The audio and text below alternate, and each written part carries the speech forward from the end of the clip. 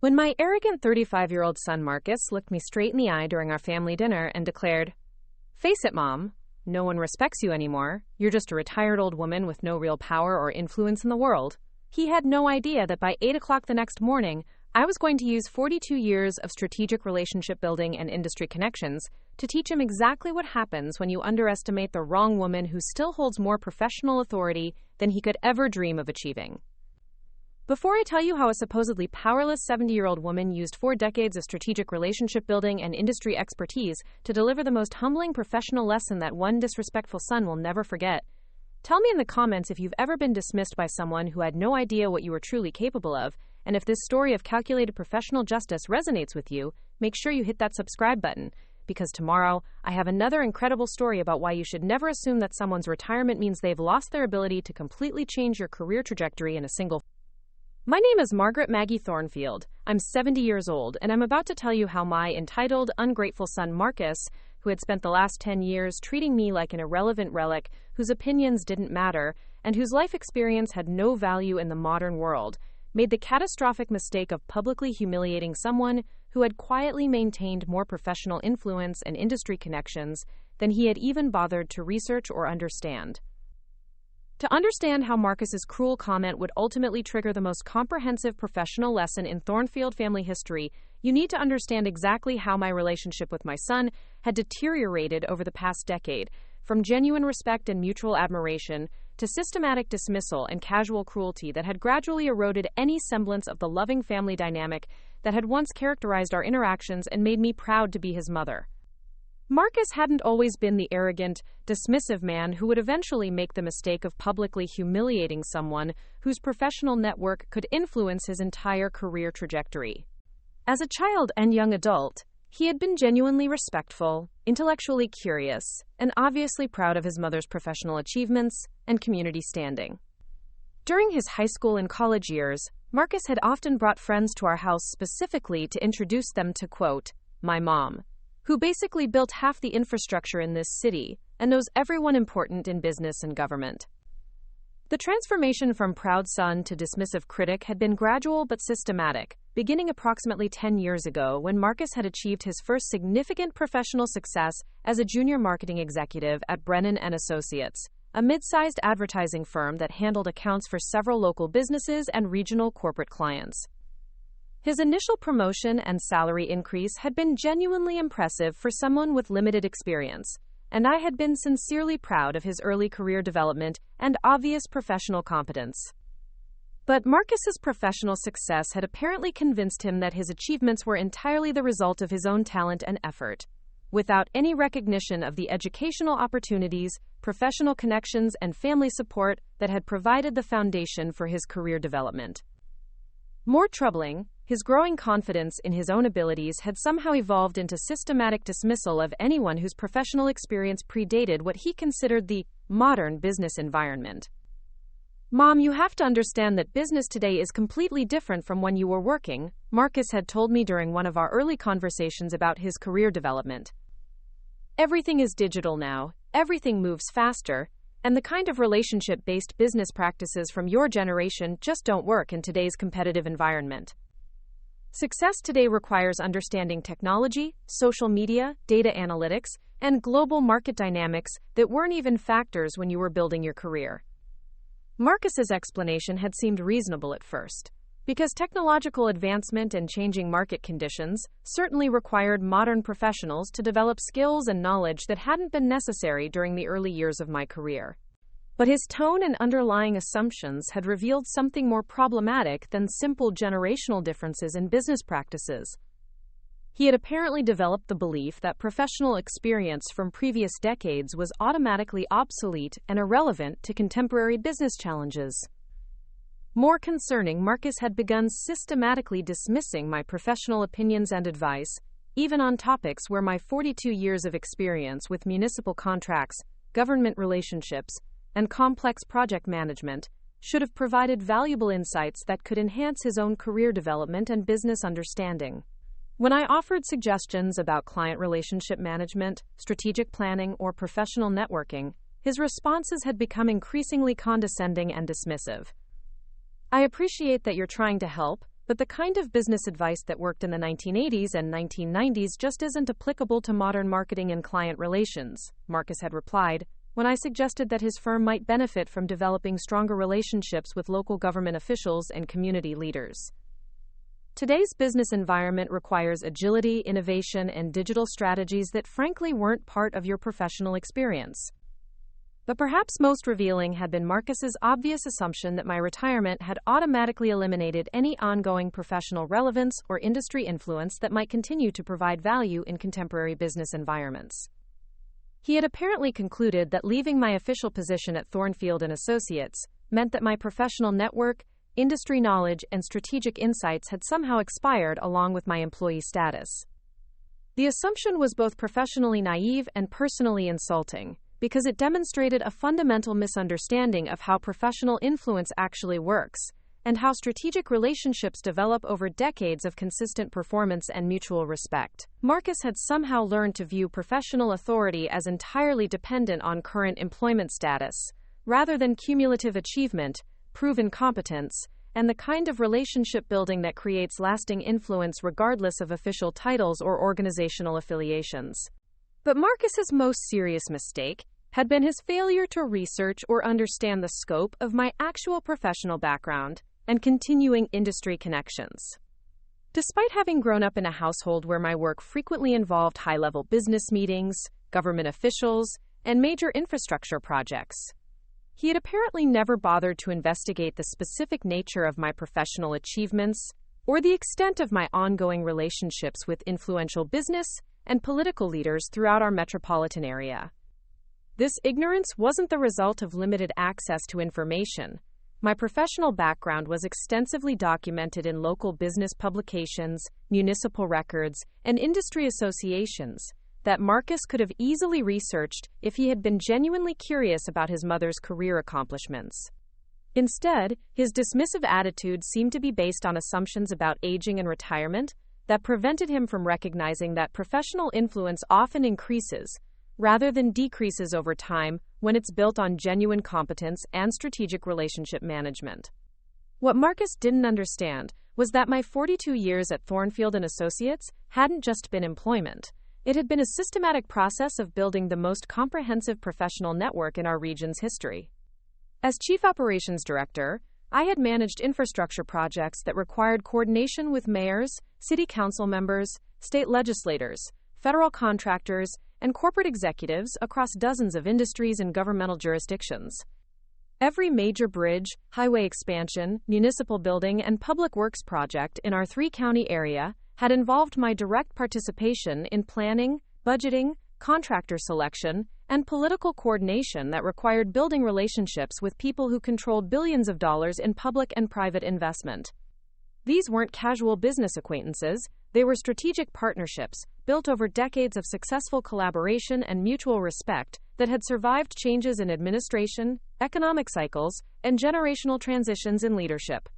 But perhaps more importantly, my professional experience had taught me to identify talent, evaluate character, and make strategic recommendations about personnel decisions that could impact entire careers and organizational success. Mayors asked for my input on department head appointments. Corporate executives requested my recommendations for project managers and senior staff positions. Government contractors sought my advice on team composition and leadership selection for major infrastructure projects.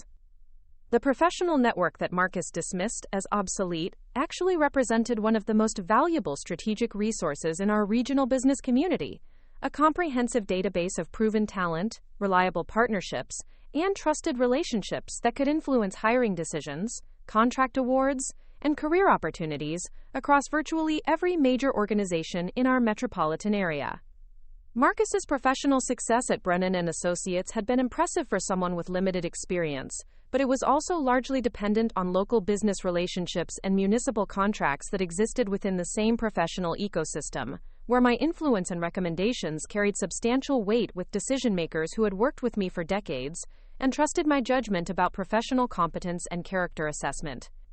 The advertising firm where Marcus worked as a marketing executive had built their client base primarily through relationships with local businesses, municipal agencies, and regional corporate headquarters that valued consistent performance and trusted partnerships over flashy presentations and digital marketing strategies. These were exactly the kinds of professional relationships where personal recommendations and relationship-based business development continued to play crucial roles in contract awards and long-term client retention. But Marcus had apparently never bothered to research the connection between his firm's client relationships and my professional network, or to understand that his own career success might be more dependent on traditional relationship-based business practices than he had realized or acknowledged. His dismissive attitude toward my professional experience had been based on assumptions about modern business environments that ignored the reality that successful companies still relied on trusted partnerships and personal recommendations from respected industry leaders. The irony was that Marcus's career could have benefited enormously from strategic guidance and professional introductions that my network could have provided. If he had approached our relationship with genuine respect and intellectual curiosity, rather than condescending dismissal and systematic devaluation of my professional experience and ongoing industry influence. Instead, his arrogance and entitled attitude had gradually destroyed any possibility of mutual professional collaboration, while creating the perfect conditions for a comprehensive lesson about the continuing relevance of relationship-based business development and the dangerous consequences of underestimating someone whose professional influence extended far beyond his limited understanding of contemporary business dynamics. The evening when Marcus would finally cross the line from casual disrespect to public humiliation had begun as a routine family dinner at my modest colonial house on Elm Street, where I had been hosting weekly Sunday meals for the past 8 years as a way to maintain family connections and provide my grandchildren with consistent opportunities to spend time with their grandmother in a relaxed, welcoming environment. The dinner had been planned as a celebration of my grandson Tyler's acceptance to the honors program at the local high school and my granddaughter Emma's selection for the regional youth orchestra, achievements that should have created positive family conversation and shared pride in the next generation's academic and artistic accomplishments. Marcus and his wife Jennifer had brought Jennifer's parents, who were visiting from out of state and had never seen my home or spent significant time with our extended family. The presence of Jennifer's parents should have encouraged Marcus to demonstrate respect for family relationships and showcase the kind of thoughtful, appreciative son that would reflect well on his character and family values. Instead, the dinner had provided him with an audience for displaying the condescending attitude and casual disrespect that had been developing for years but had never been so publicly and cruelly demonstrated in front of family guests and impressionable grandchildren. The conversation that would ultimately trigger the most comprehensive professional lesson in Thornfield family history had begun innocuously enough, with Jennifer's father asking polite questions about my background and career history as a way to make conversation and learn more about his daughter's extended family. Robert Henderson was a retired high school principal from Indiana who seemed genuinely interested in learning about our family's professional backgrounds and community connections. Jennifer has mentioned that you had a successful career in business before retiring, Robert had said during dinner, using the kind of respectful tone that suggested genuine interest rather than perfunctory politeness. What kind of work did you do, and did you enjoy the challenges of building a professional career while raising a family? The question had provided a perfect opportunity for positive family conversation about professional achievement, work-life balance, and the satisfaction that comes from building something meaningful over decades of consistent effort and strategic development. I had begun explaining my role at Thornfield & Associates, the scope of our infrastructure projects, and the satisfaction that came from contributing to community development through professionally managed municipal improvements that would benefit residents for generations. I spent 42 years building Thornfield & Associates from a small consulting firm into the largest municipal infrastructure company in our region, I had explained, sharing some of the more significant projects we had managed and the professional relationships that had developed through decades of successful collaboration with government officials and corporate partners. We managed everything from highway expansions to municipal building construction, working with mayors, state legislators, and federal contractors on projects worth hundreds of millions of dollars. The explanation had been factual and modest, focusing on the work itself rather than personal achievements or industry recognition. But it had apparently triggered Marcus's reflexive need to diminish my professional accomplishments and assert his own superior understanding of contemporary business environments. His response had been swift, condescending, and publicly humiliating in ways that crossed every line of basic family respect and appropriate social behavior. Mom always exaggerates the importance of her old job, Marcus had interrupted with obvious irritation and embarrassment, using a tone that suggested he was correcting misconceptions rather than simply adding his perspective to the conversation. She worked for a local consulting company that did some small municipal contracts, but she makes it sound like she was running some major corporation or had real influence in important business decisions. The interruption had been shocking not just for its obvious inaccuracy, but for its deliberate intent to undermine my credibility and professional reputation in front of family guests who had no way to evaluate the truth of his claims. Marcus had essentially accused me of lying about my career accomplishments, while positioning himself as the authority on my own professional background and achievements. But Marcus hadn't stopped with simple contradiction. He had escalated his attack with systematic dismissal, designed to completely destroy any respect that Jennifer's parents might have developed for my professional background or family contributions. His comments had become increasingly cruel and personally insulting, revealing the depth of his contempt for my professional experience and his complete lack of respect for basic family loyalty and social courtesy. The truth is, Mom worked in an outdated industry using old-fashioned business practices that don't really apply to modern professional environments, Marcus had continued, apparently oblivious to the shocked expressions on Jennifer's parents' faces and the obvious discomfort of everyone else at the dinner table. She's been retired for 5 years now, and frankly, the business world has moved on without her. Face it, Mom, no one respects you anymore. You're just a retired old woman with no real power or influence in the world. The comment had landed like a physical blow, not just because of its cruelty and inaccuracy, but because it had been delivered with such casual confidence and obvious intent to humiliate me in front of family guests who were supposed to be enjoying a celebration of their grandchildren's achievements. Marcus had essentially announced that he viewed his own mother as irrelevant, powerless, and unworthy of basic respect or consideration. But perhaps most revealing had been Marcus's obvious assumption that Jennifer's parents would automatically accept his assessment of my professional irrelevance without question, and that publicly humiliating his mother would somehow enhance his own credibility and authority, rather than demonstrate his character flaws and fundamental lack of family loyalty and basic decency. The silence that followed Marcus's cruel pronouncement had been absolute and devastating, with Jennifer's parents exchanging shocked glances that clearly indicated their horror at witnessing such public disrespect and casual cruelty directed toward someone who should have been treated with love and appreciation, regardless of any disagreements about professional relevance or contemporary business practices. My grandchildren had stared at their father with obvious confusion and distress, unable to understand why their usually loving daddy had suddenly become so mean to their grandmother, who had always been kind, generous, and supportive of their activities and achievements. Jennifer had looked mortified by her husband's behavior and clearly wished she could disappear rather than be associated with such public family cruelty and social inappropriateness. But I had simply smiled calmly and continued serving dessert as though Marcus's verbal assault had been nothing more than a minor social awkwardness, rather than a declaration of war against someone whose professional influence he had dangerously underestimated, and whose capacity for strategic response he had never bothered to research or understand. That's an interesting perspective, Marcus, I had replied with the kind of professional composure that had served me well during 42 years of managing difficult personalities and navigating complex business relationships. I suppose we'll see how accurate your assessment turns out to be. The response had been deliberately calm and non-confrontational, designed to end the conversation without escalating the conflict or further traumatizing my grandchildren and Jennifer's parents. But Marcus had apparently interpreted my restraint as confirmation that his cruel assessment was accurate, and that his public humiliation had successfully established his authority and demonstrated my professional irrelevance to everyone present. What Marcus didn't realize was that his mother's calm response hadn't been the result of acceptance or defeat.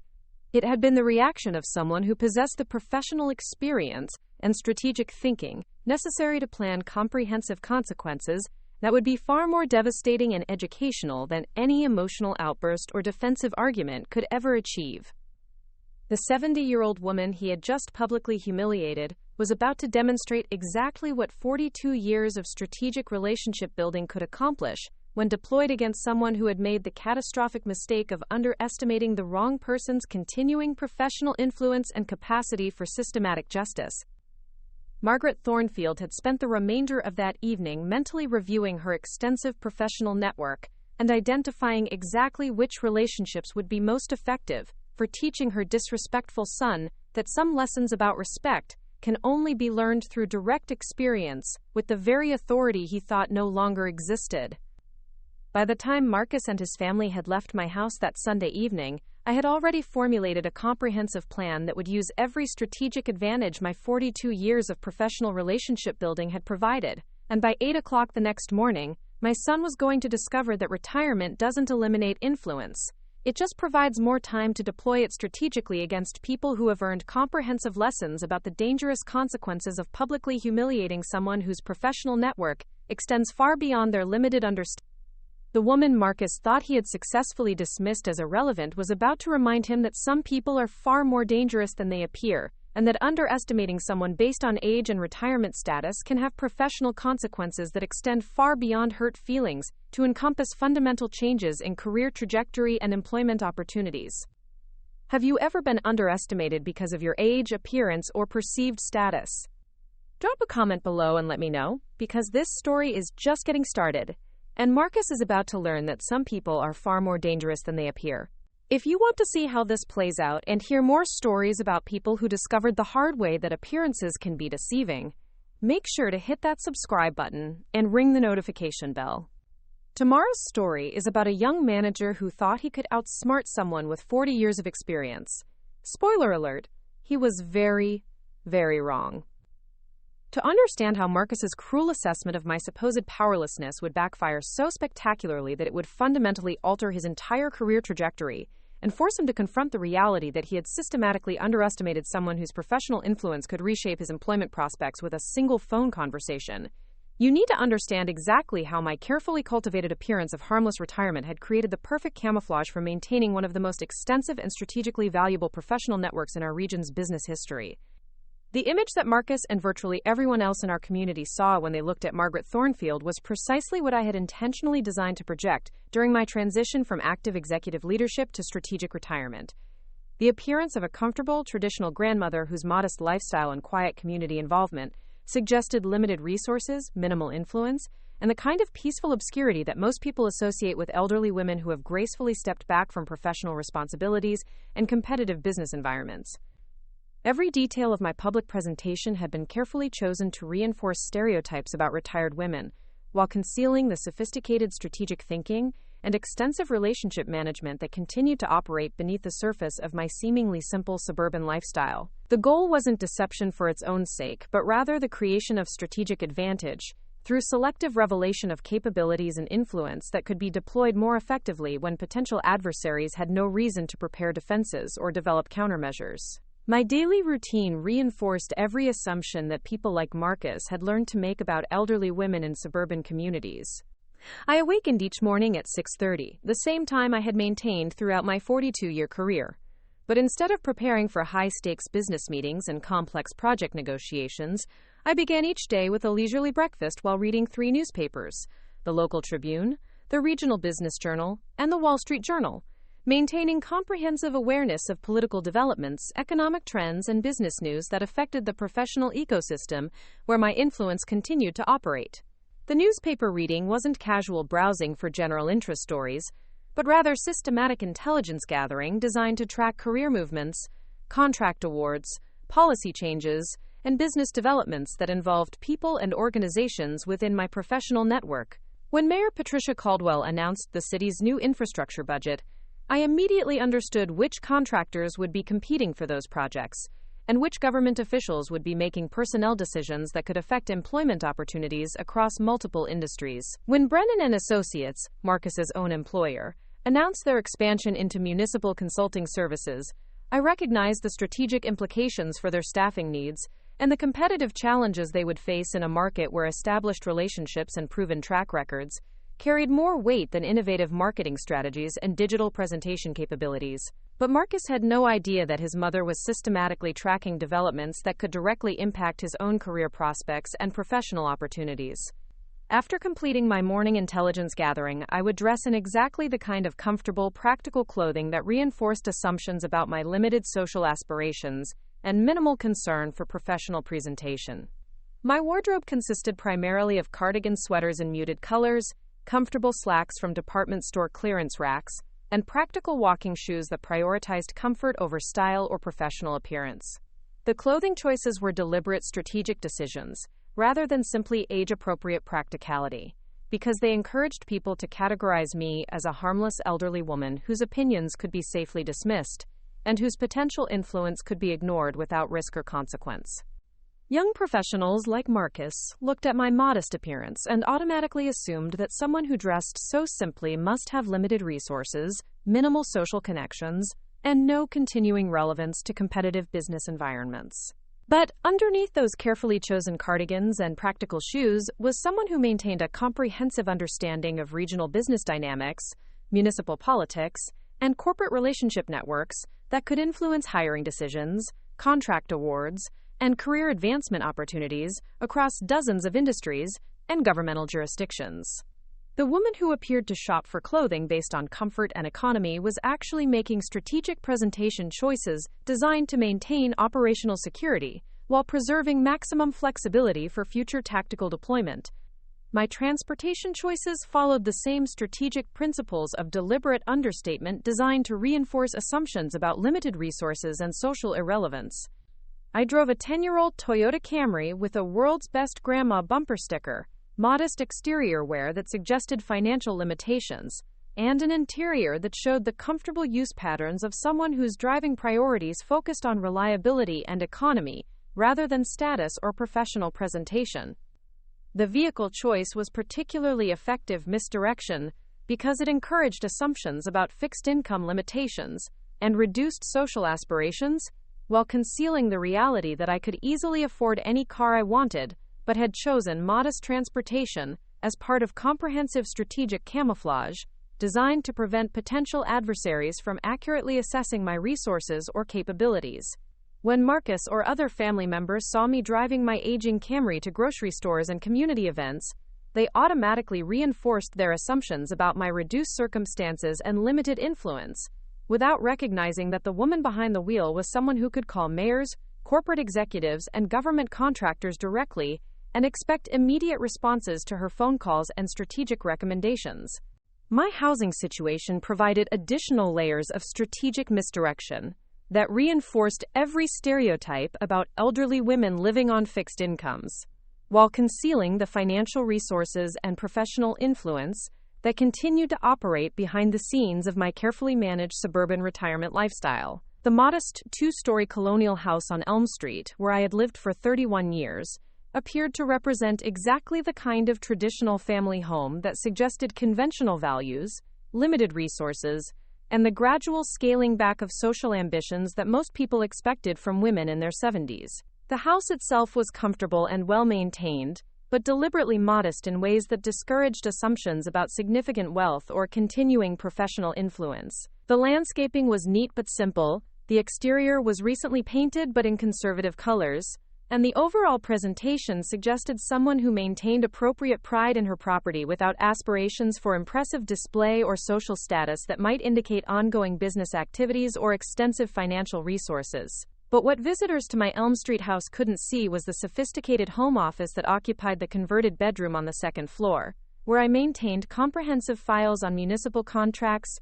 corporate leadership changes, and professional relationship tracking that would have impressed any executive assistant or political operative in our metropolitan area. The office included secure filing systems, professional communication equipment, and strategic planning resources that enabled me to maintain active oversight of business and political developments across the entire region. The home office also housed my most valuable strategic asset, a comprehensive contact database that represented 42 years of systematic relationship building with mayors, city council members, state legislators, corporate executives, government contractors, and industry leaders whose professional decisions could influence employment opportunities, contract awards, and career advancement across virtually every major organization in our three-county area. But Marcus had never seen that office or understood the scope of professional activity that continued to operate beneath the surface of my apparently peaceful retirement, because his dismissive assumptions about my irrelevance had prevented him from developing genuine curiosity about my actual activities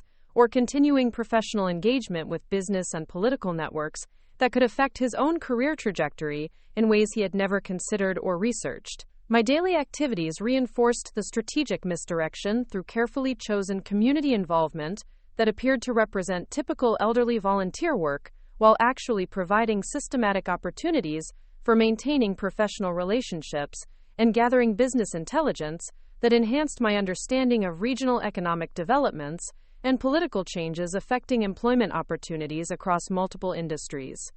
Every Tuesday and Thursday morning, I volunteered at the Riverside Community Library's literacy program, where I helped adult learners develop reading and writing skills that would enhance their employment prospects and professional development opportunities. The volunteer work was genuinely meaningful and personally satisfying, but it also provided regular contact with people from diverse backgrounds who brought information about hiring practices, workplace conditions, and employment opportunities across dozens of local businesses and organizations. The literacy program participants included employees from municipal agencies, corporate offices, construction companies, retail businesses, and service organizations throughout our metropolitan area. Their casual conversations about workplace challenges, management changes, and employment opportunities provided valuable intelligence about business conditions and professional developments that complemented the formal information I gathered through newspaper reading and direct communication with my established professional network. But the most strategically valuable aspect of my library volunteer work was the regular contact it provided with Sarah Chen, the library's director, who also served on the city council and maintained extensive professional relationships with municipal officials, business leaders, and community organizations throughout our region. Sarah had been a valuable professional contact for over 15 years, and her combination of library administration and political involvement made her an excellent source of information about government personnel changes, municipal contract opportunities, and business developments that affected employment prospects across multiple industries. Wednesday afternoons were reserved for volunteer work at the Riverside Community Center's senior meal program, where I helped serve lunch to elderly residents while gathering information about healthcare services, housing developments, and community business activities that provided additional context for understanding regional economic conditions and employment trends that could affect career opportunities for people like Marcus who worked in local business environments.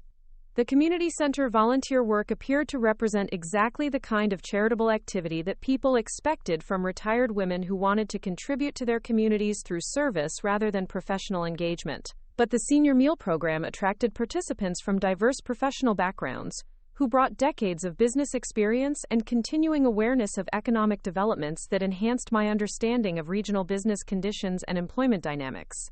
More importantly, the community center work provided regular contact with Helen Rodriguez, the center's executive director, who had previously worked in municipal government and maintained extensive relationships with city officials, county administrators, and state agency personnel who controlled significant employment opportunities and contract awards that could affect business success across our metropolitan area. But perhaps the most strategically valuable element of my carefully managed community involvement was my continued membership in the Riverside Presbyterian Church, where I had been an active participant for 38 years and where I had developed relationships with families whose professional activities spanned virtually every major industry and governmental jurisdiction in our region. The church membership included municipal officials, corporate executives, business owners, government contractors, and professional service providers whose combined influence encompassed employment decisions, contract awards, and business opportunities across the entire metropolitan area. Sunday worship services and church social events provided natural opportunities for maintaining professional relationships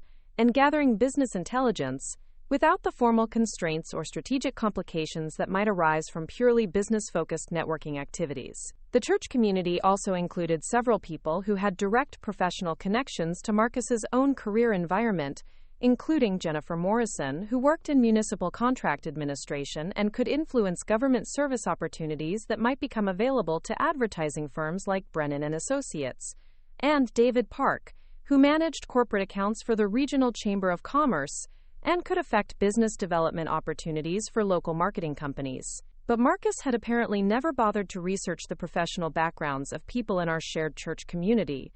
or to understand that his mother's long-standing relationships with these individuals could potentially influence business opportunities and employment prospects that might affect his own career advancement and professional success. The most sophisticated aspect of my strategic misdirection involved the systematic management of financial presentation to create the impression of modest retirement resources, while concealing the substantial assets and investment income that actually provided the foundation for my continuing independence and strategic flexibility. The appearance of limited financial resources was crucial for maintaining credibility as a harmless, elderly woman whose opinions could be safely dismissed without concern for potential retaliation or strategic countermeasures. My public spending patterns were carefully designed to reinforce assumptions about fixed income limitations and reduced financial capabilities. I shopped with coupons at discount grocery stores, drove my aging Toyota Camry until maintenance costs made replacement necessary, and purchased clothing from department store clearance racks that suggested careful budget management rather than substantial financial resources or continuing investment income.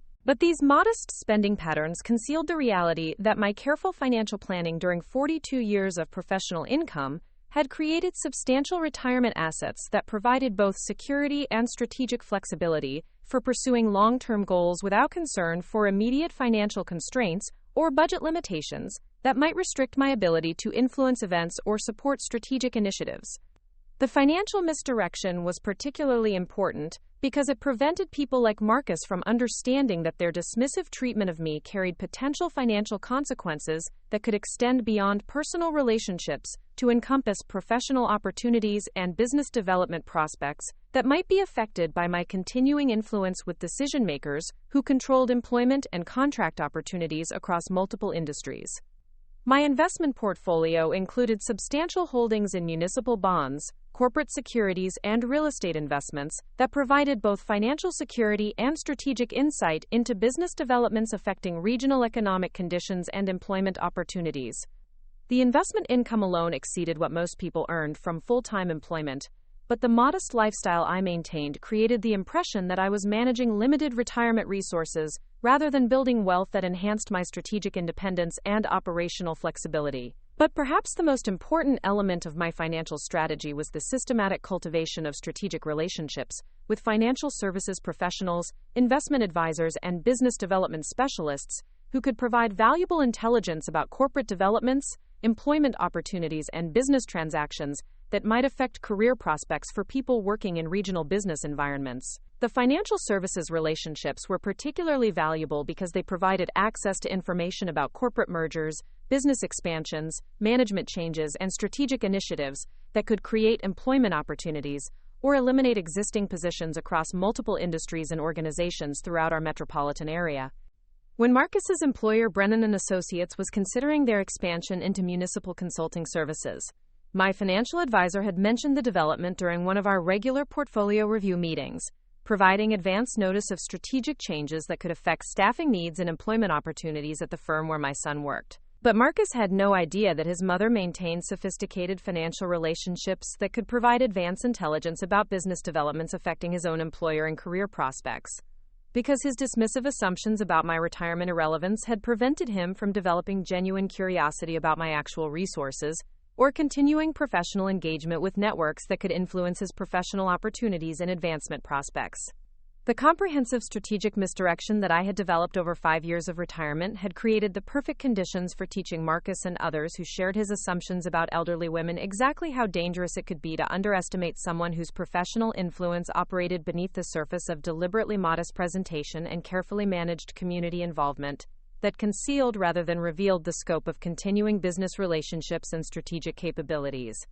Every element of my public presentation, from clothing choices to transportation decisions to community involvement patterns, had been designed to encourage assumptions about limited resources and minimal influence, while preserving maximum strategic flexibility for situations that might require comprehensive deployment of professional relationships and business intelligence that could influence employment opportunities and career prospects across the entire regional business community.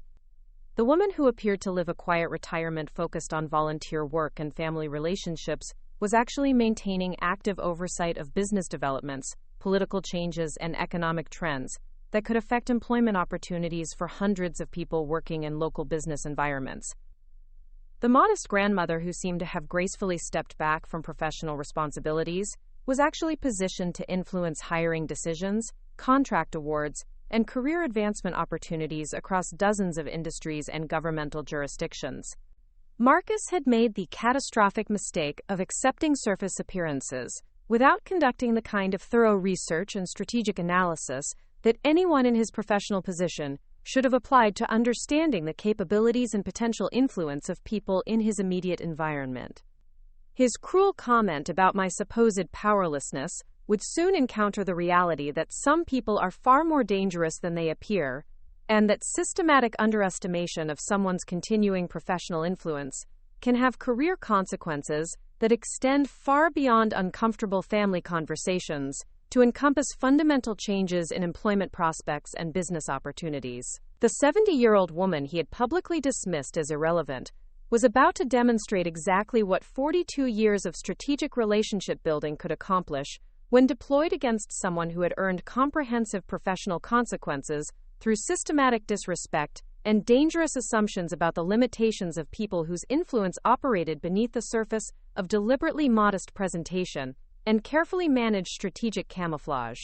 Margaret Thornfield had spent 5 years perfecting the art of appearing harmless while maintaining the kind of professional network and business intelligence capabilities that could reshape career trajectories and employment opportunities for people who made the mistake of underestimating her continuing strategic influence and operational capacity for comprehensive justice through systematic deployment of relationships and resources that remained largely invisible to casual observation but devastatingly effective when properly motivated and strategically directed. The misdirection phase was complete, and Marcus was about to discover that his mother's quiet retirement lifestyle had been the perfect cover for maintaining professional influence that could affect his career in ways he had never imagined possible and had certainly never bothered to research or understand before making the mistake of publicly humiliating someone whose strategic capabilities extended far beyond his limited comprehension of how real power actually operates in contemporary business environments. To understand how Marcus's dismissive comment about my supposed powerlessness would trigger the most comprehensive professional reckoning in Thornfield family history,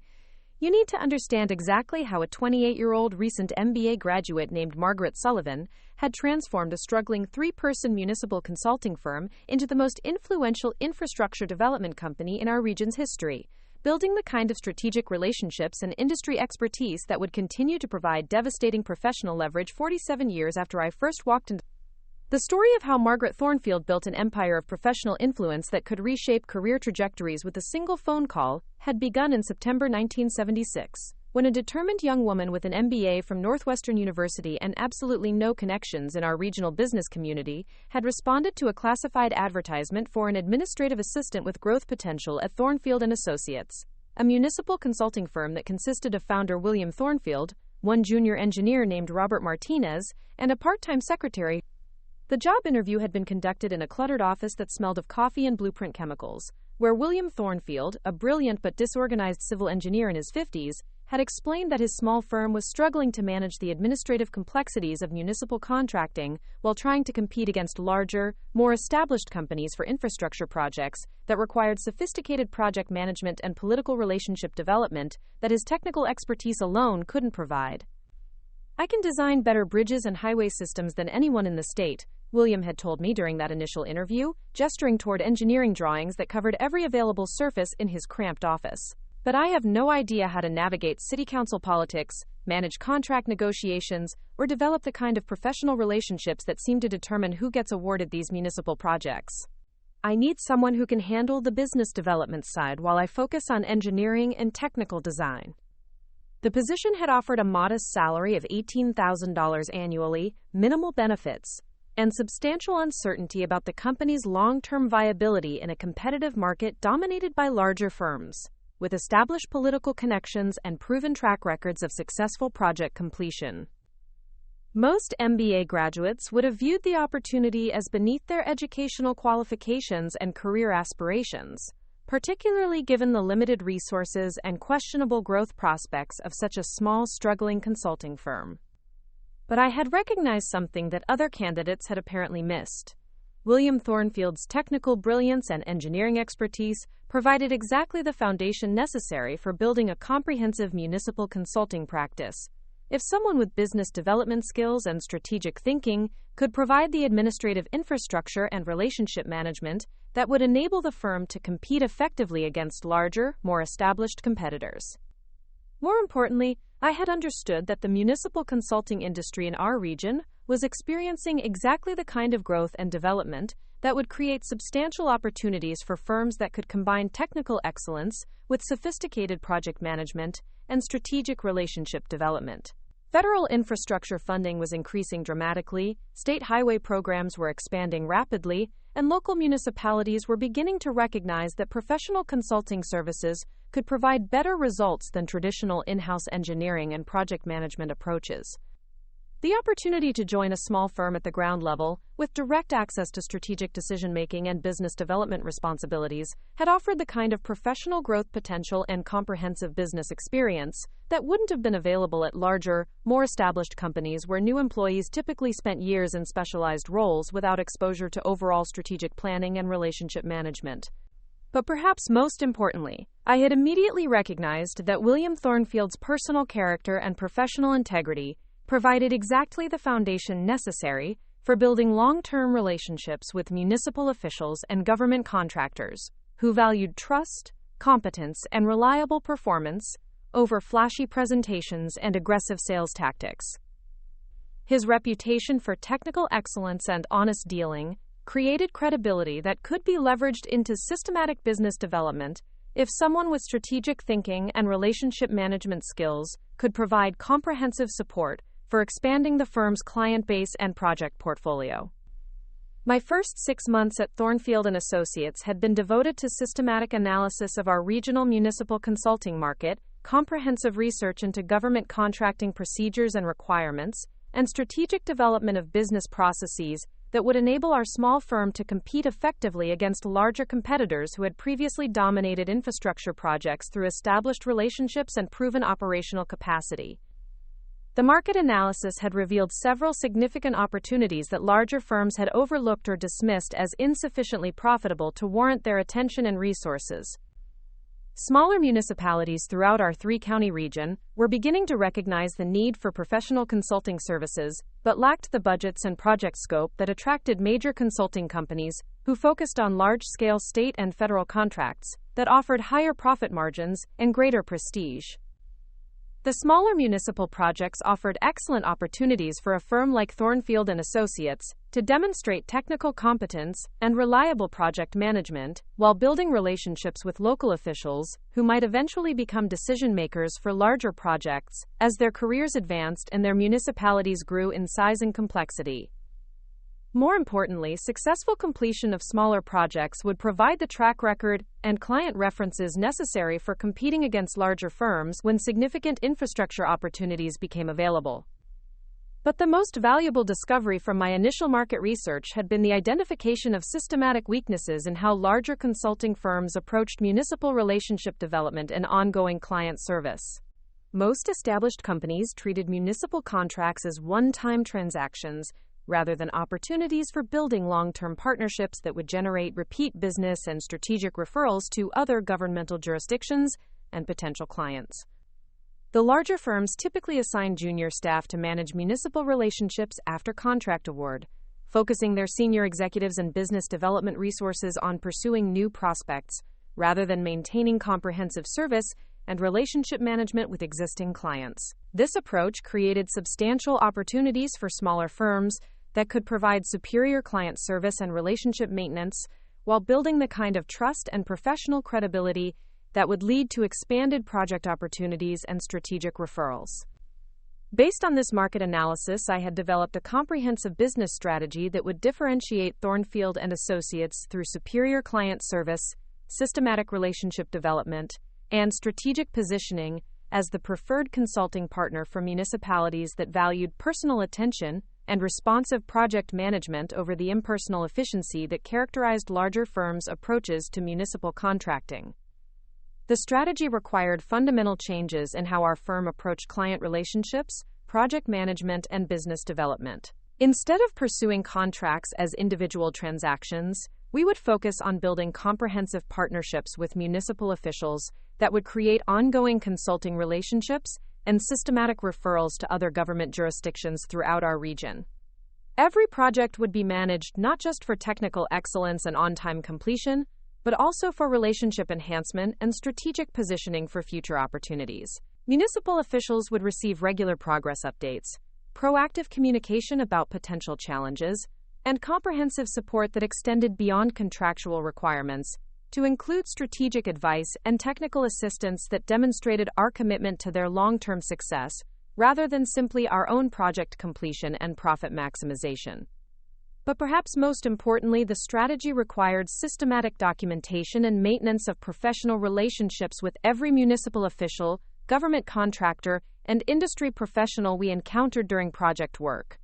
These relationships would be cultivated through consistent communication, strategic assistance, and the kind of reliable support that creates trust and professional loyalty over extended periods of time.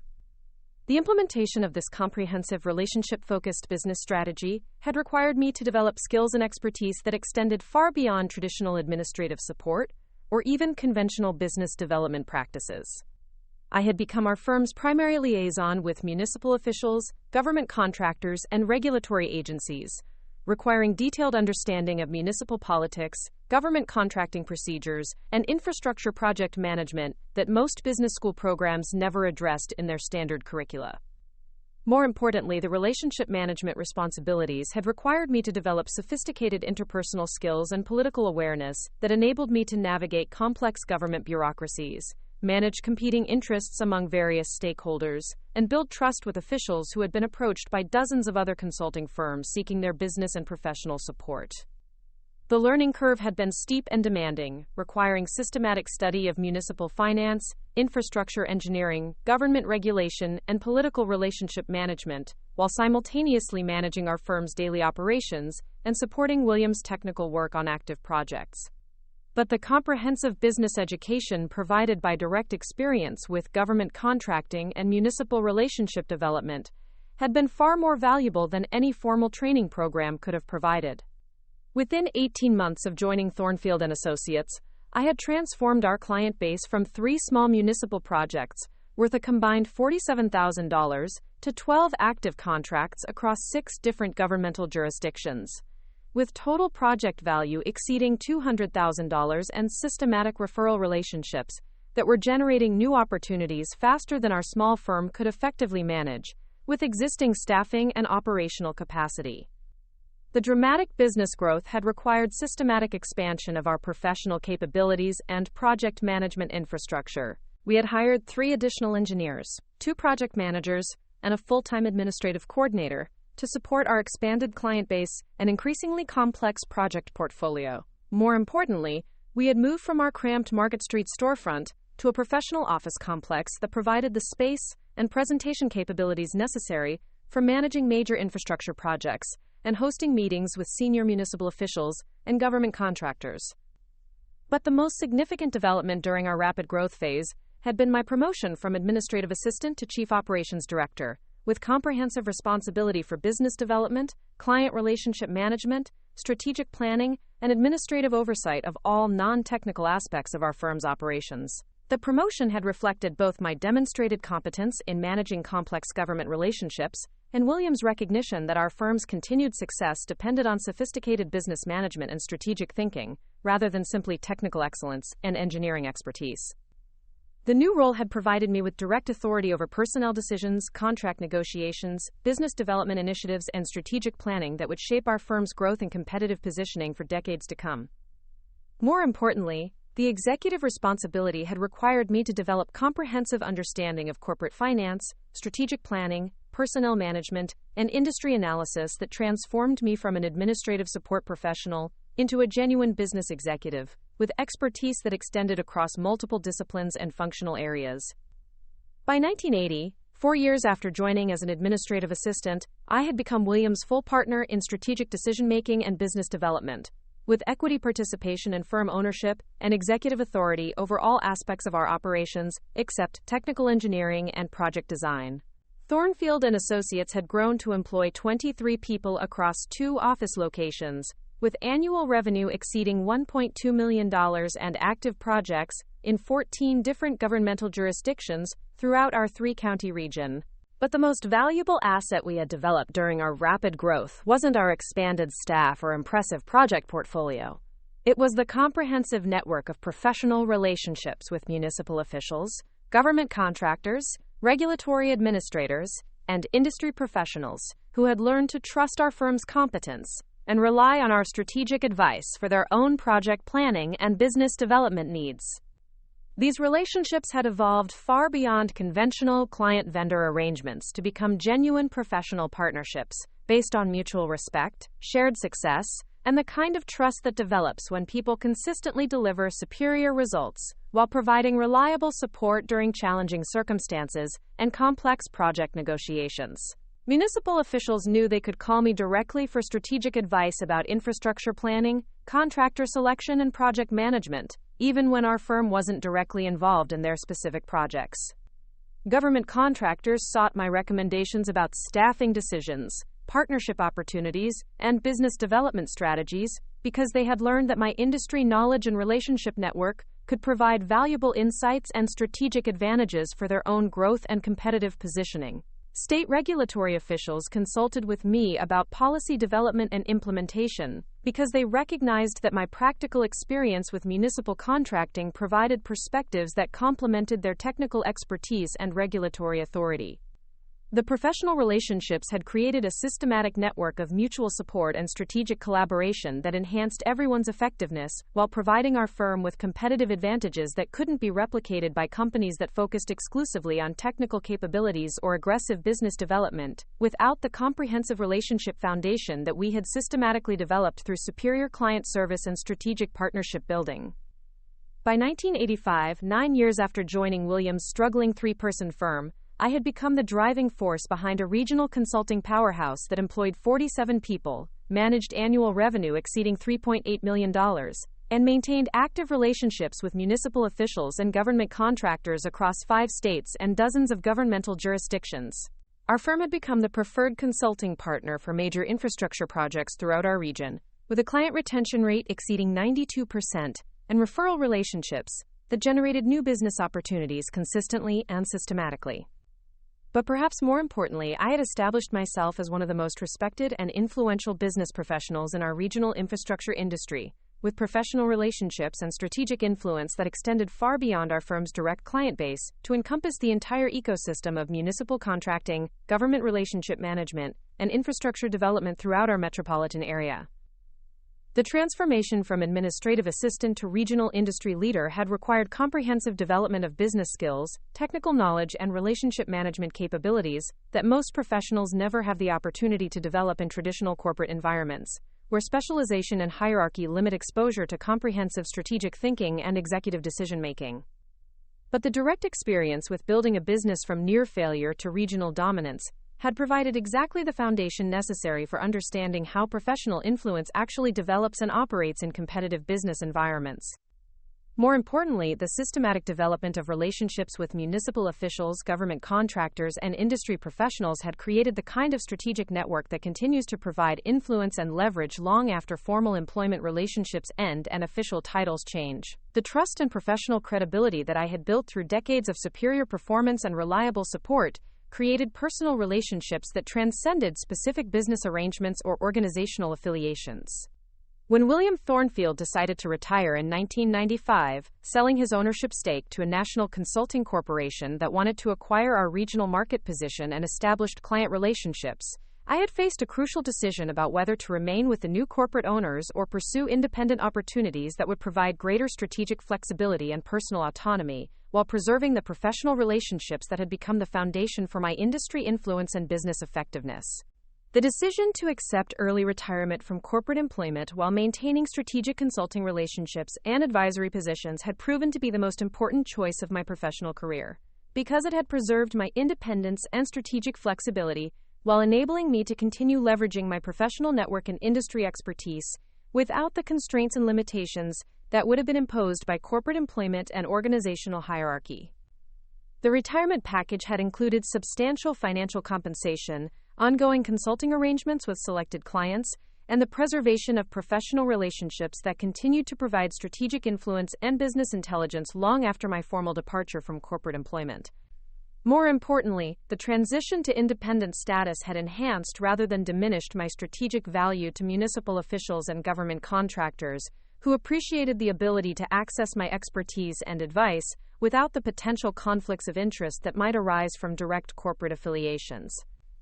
By the time Marcus made his cruel comment about my supposed powerlessness, I had been operating as an independent strategic consultant and relationship broker for 28 years, maintaining active advisory relationships with 4 mayors, 12 city council members, 6 state legislators, and corporate executives at more than 30 companies that controlled employment opportunities and business development prospects across virtually every major industry in our metropolitan area.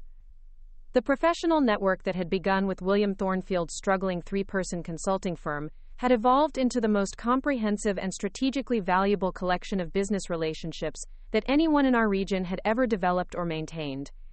Municipal officials still called for strategic advice about infrastructure planning and contractor selection. Corporate executives sought recommendations about personnel decisions and business development opportunities. Government contractors requested introductions and partnership arrangements that could enhance their competitive positioning and project opportunities. But perhaps most importantly, the network included people who controlled hiring decisions, contract awards, and career advancement opportunities at companies like Brennan and Associates, where Marcus's professional success was entirely dependent on relationships and business development prospects that could be significantly influenced by recommendations and strategic guidance from someone whose industry credibility and relationship network commanded respect and attention from decision-makers throughout our regional business community. The woman Marcus had dismissed as a powerless retiree was actually someone whose professional influence could affect his employment prospects, advancement opportunities, and business development success in ways he had never considered or researched. His cruel comment about my supposed irrelevance was about to encounter the reality that some people become more dangerous rather than less influential when they transition from direct employment to strategic independence and relationship-based consulting that provides maximum flexibility for deploying professional networks against people who have earned comprehensive lessons about the consequences of systematic disrespect and dangerous underestimation. Margaret Thornfield had spent 47 years building professional influence that operated through relationship networks rather than organizational authority, creating the kind of strategic leverage that could reshape career trajectories and employment opportunities for people who made the mistake of publicly humiliating someone whose business relationships extended far beyond their limited understanding of how real power actually functions in contemporary professional environments. The foundation was complete, and Marcus was about to discover that his mother's quiet retirement had actually enhanced rather than eliminated her ability to influence business decisions and employment opportunities across the entire regional professional ecosystem, where his own career success was ultimately determined by relationships and strategic recommendations from people whose respect and support he had systematically destroyed through arrogance and entitled assumptions about the limitations of elderly women who had gracefully transitioned from direct business management to strategic consulting and relationship-based influence. To understand how Marcus's transformation from proud, respectful son to arrogant, dismissive critic would ultimately provide the perfect justification for implementing the most comprehensive professional lesson in Thornfield family history, you need to understand exactly how our relationship had functioned during the golden years when Marcus genuinely admired my professional achievements and actively sought to learn from my business experience, creating the foundation of mutual respect and intellectual collaboration that made his eventual descent into entitled cruelty all the more shocking and personally devastating when it finally culminated in public humiliation designed to destroy my credibility. The early years of Marcus's childhood and adolescent development had been characterized by genuine fascination with my work at Thornfield and Associates, and obvious pride in having a mother whose professional achievements were regularly featured in local business publications and whose strategic influence was recognized and respected throughout our regional business community. During elementary and middle school years, Marcus had frequently accompanied me to weekend office visits, where he would observe project planning meetings, listen to phone conversations with municipal officials, and ask thoughtful questions about infrastructure development and government relationship management that demonstrated both intellectual curiosity and genuine appreciation for the complexity and importance of my professional responsibilities. "Mom, how do you decide which company should get the big construction contracts?" Marcus had asked during one of our Saturday office visits when he was 11 years old, displaying the kind of strategic thinking and business awareness that suggested he might eventually develop his own career interests in professional relationship management and complex project coordination. Do you have to know all the mayors and city council people personally? Or can you just look at their qualifications and pick the best ones? The question had revealed remarkable sophistication for someone his age, because it demonstrated understanding that municipal contracting involved both technical competence evaluation and political relationship management rather than simple bid comparison and lowest price selection. Marcus had somehow recognized that successful infrastructure development required navigation of complex stakeholder relationships and strategic considerations that extended far beyond engineering specifications and construction cost analysis. His curiosity about my work had extended to systematic observation of how professional relationships actually functioned in practice, with particular attention to the communication skills and strategic thinking that enabled me to build trust with municipal officials and maintain productive working relationships with government contractors who might otherwise view consulting firms as competitors rather than collaborative partners in successful project completion. I notice that people always seem happy to talk to you on the phone, Marcus had observed during another office visit, demonstrating awareness of interpersonal dynamics that most children his age would never notice or consider relevant to adult professional activities. Even when they're calling about problems or complaints, they sound like they trust you to help them figure out solutions, instead of just making excuses or blaming other people. The observation had been remarkably perceptive, because it identified one of the most important elements of successful business relationship management, the ability to respond to challenging situations with problem-solving focus and collaborative attitude rather than defensive reactions or blame assignment that would damage trust and compromise future working relationships. Marcus had somehow understood that my professional success was built on reliability and strategic thinking rather than simply technical expertise or aggressive business development tactics. During his high school years, Marcus's interest in my professional activities had evolved into systematic career exploration and strategic planning for his own future business development. He had requested detailed explanations of different aspects of municipal consulting, government relationship management, and strategic business development that demonstrated genuine intellectual engagement with complex professional concepts, rather than casual curiosity about his mother's daily activities. I've been thinking about what kind of career I want to pursue after college, Marcus had told me during his junior year of high school, using the kind of serious tone that suggested he had been developing comprehensive plans rather than simply considering general possibilities. I'm really interested in the relationship building and strategic planning aspects of what you do, and I think I might want to study business administration with a focus on government relations or municipal consulting. The career interest had been both flattering and encouraging, because it suggested that Marcus had developed genuine appreciation for the intellectual challenges and strategic complexity that characterize successful municipal consulting and government relationship management. More importantly, his interest in following a similar career path indicated that he viewed my professional achievements as meaningful and worthwhile, rather than simply employment that provided family financial security without broader significance or personal satisfaction. Marcus had requested systematic mentoring about business development strategies, relationship management techniques, and the educational preparation that would provide the foundation for eventual success in professional environments that required sophisticated political awareness and strategic thinking. His questions had demonstrated remarkable maturity and genuine respect for my expertise and professional judgment. What classes should I take in college to prepare for the kind of work you do?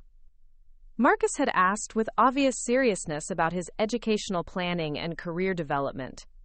I know I need business administration and probably some political science, but are there other subjects that would help me understand how government relationships and municipal contracting actually work in practice?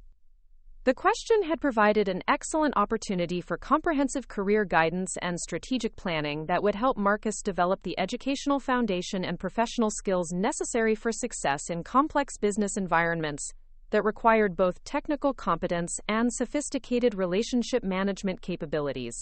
I had been genuinely excited about the prospect of mentoring someone who shared my interests and could potentially benefit from my experience and professional network. Our career planning conversations had continued throughout his senior year of high school and college selection process, with Marcus actively seeking my advice about university programs, internship opportunities, and strategic planning that would position him for eventual success in business development and professional relationship management. His obvious respect for my professional judgment and genuine interest in learning from my experience had created exactly the kind of meaningful family relationship that I had hoped to maintain and develop as he matured into adult professional life. I really want to learn everything you can teach me about building business relationships and managing complex projects, Marcus had told me before leaving for college at Northwestern University, where he had been accepted into their competitive business administration program with specialization in organizational management and strategic planning. I know how much you've accomplished and how respected you are in your industry, and I hope I can eventually build the kind of professional reputation and business influence that you've developed over your career. The comment had been both personally meaningful and professionally encouraging, because it demonstrated that Marcus genuinely understood and appreciated the scope of my achievements, while expressing authentic desire to develop similar capabilities and professional success through dedicated effort and strategic learning, rather than simply expecting family connections to provide automatic advantages or career shortcuts.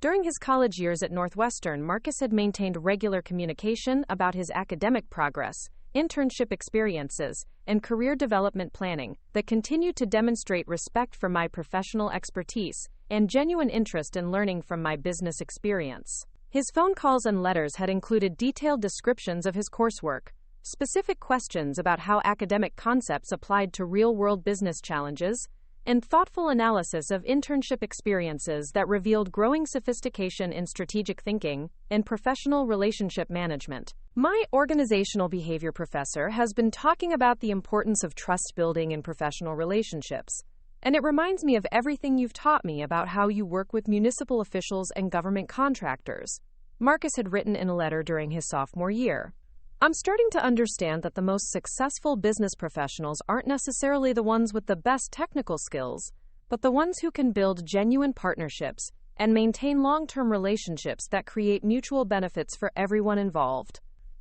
The academic insight had demonstrated that Marcus was successfully integrating formal business education with practical understanding of professional relationship management, creating the foundation for strategic thinking that could eventually lead to meaningful career success in complex business environments that required both analytical capabilities and sophisticated interpersonal skills. But perhaps most encouraging had been Marcus's obvious continued pride in my professional achievements and his willingness to share information about my career with his classmates and professors as examples of successful business development and strategic relationship management. During family visits, he had frequently mentioned conversations where he had described my work to other students who were interested in municipal consulting or government relations as potential career paths. My business strategy professor asked me to talk to the class about real-world examples of successful relationship-based business development, Marcus had told me during one of his visits home, and I spent almost the entire presentation describing how you built Thornfield and Associates and developed all your relationships with mayors and government officials. Everyone was really impressed by what you've accomplished, and several students said they wanted to research municipal consulting as a potential career option. The academic presentation had been both personally gratifying and professionally validating, because it demonstrated that Marcus genuinely understood and could articulate the strategic complexity and business significance of my professional achievements to other people who were developing their own career interests and business knowledge. His ability to explain my work effectively to academic audiences suggested that he had developed comprehensive understanding of municipal consulting and government relationship management, rather than simply superficial awareness of my daily activities.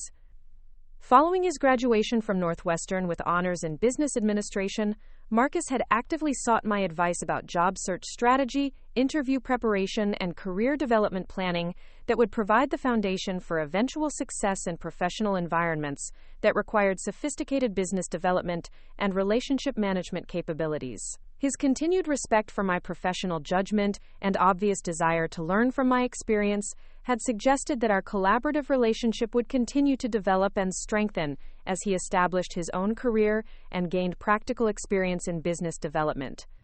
I've been offered positions at 3 different companies, and I'd really value your opinion about which opportunity would provide the best foundation for long-term career development, Marcus had said when presenting his post-graduation employment options. I know you understand how important it is to choose the right environment for learning business development and relationship management, and I trust your judgment about which position would give me the best chance to develop the kind of professional skills and industry knowledge that have made you so successful? The request for career guidance had provided an excellent opportunity for comprehensive strategic planning and professional mentoring that could help Marcus avoid common mistakes while maximizing his opportunities for meaningful career development and business success. I had been genuinely excited about the prospect of continuing our collaborative relationship through his early professional years and providing ongoing guidance that could enhance his effectiveness and advancement prospects.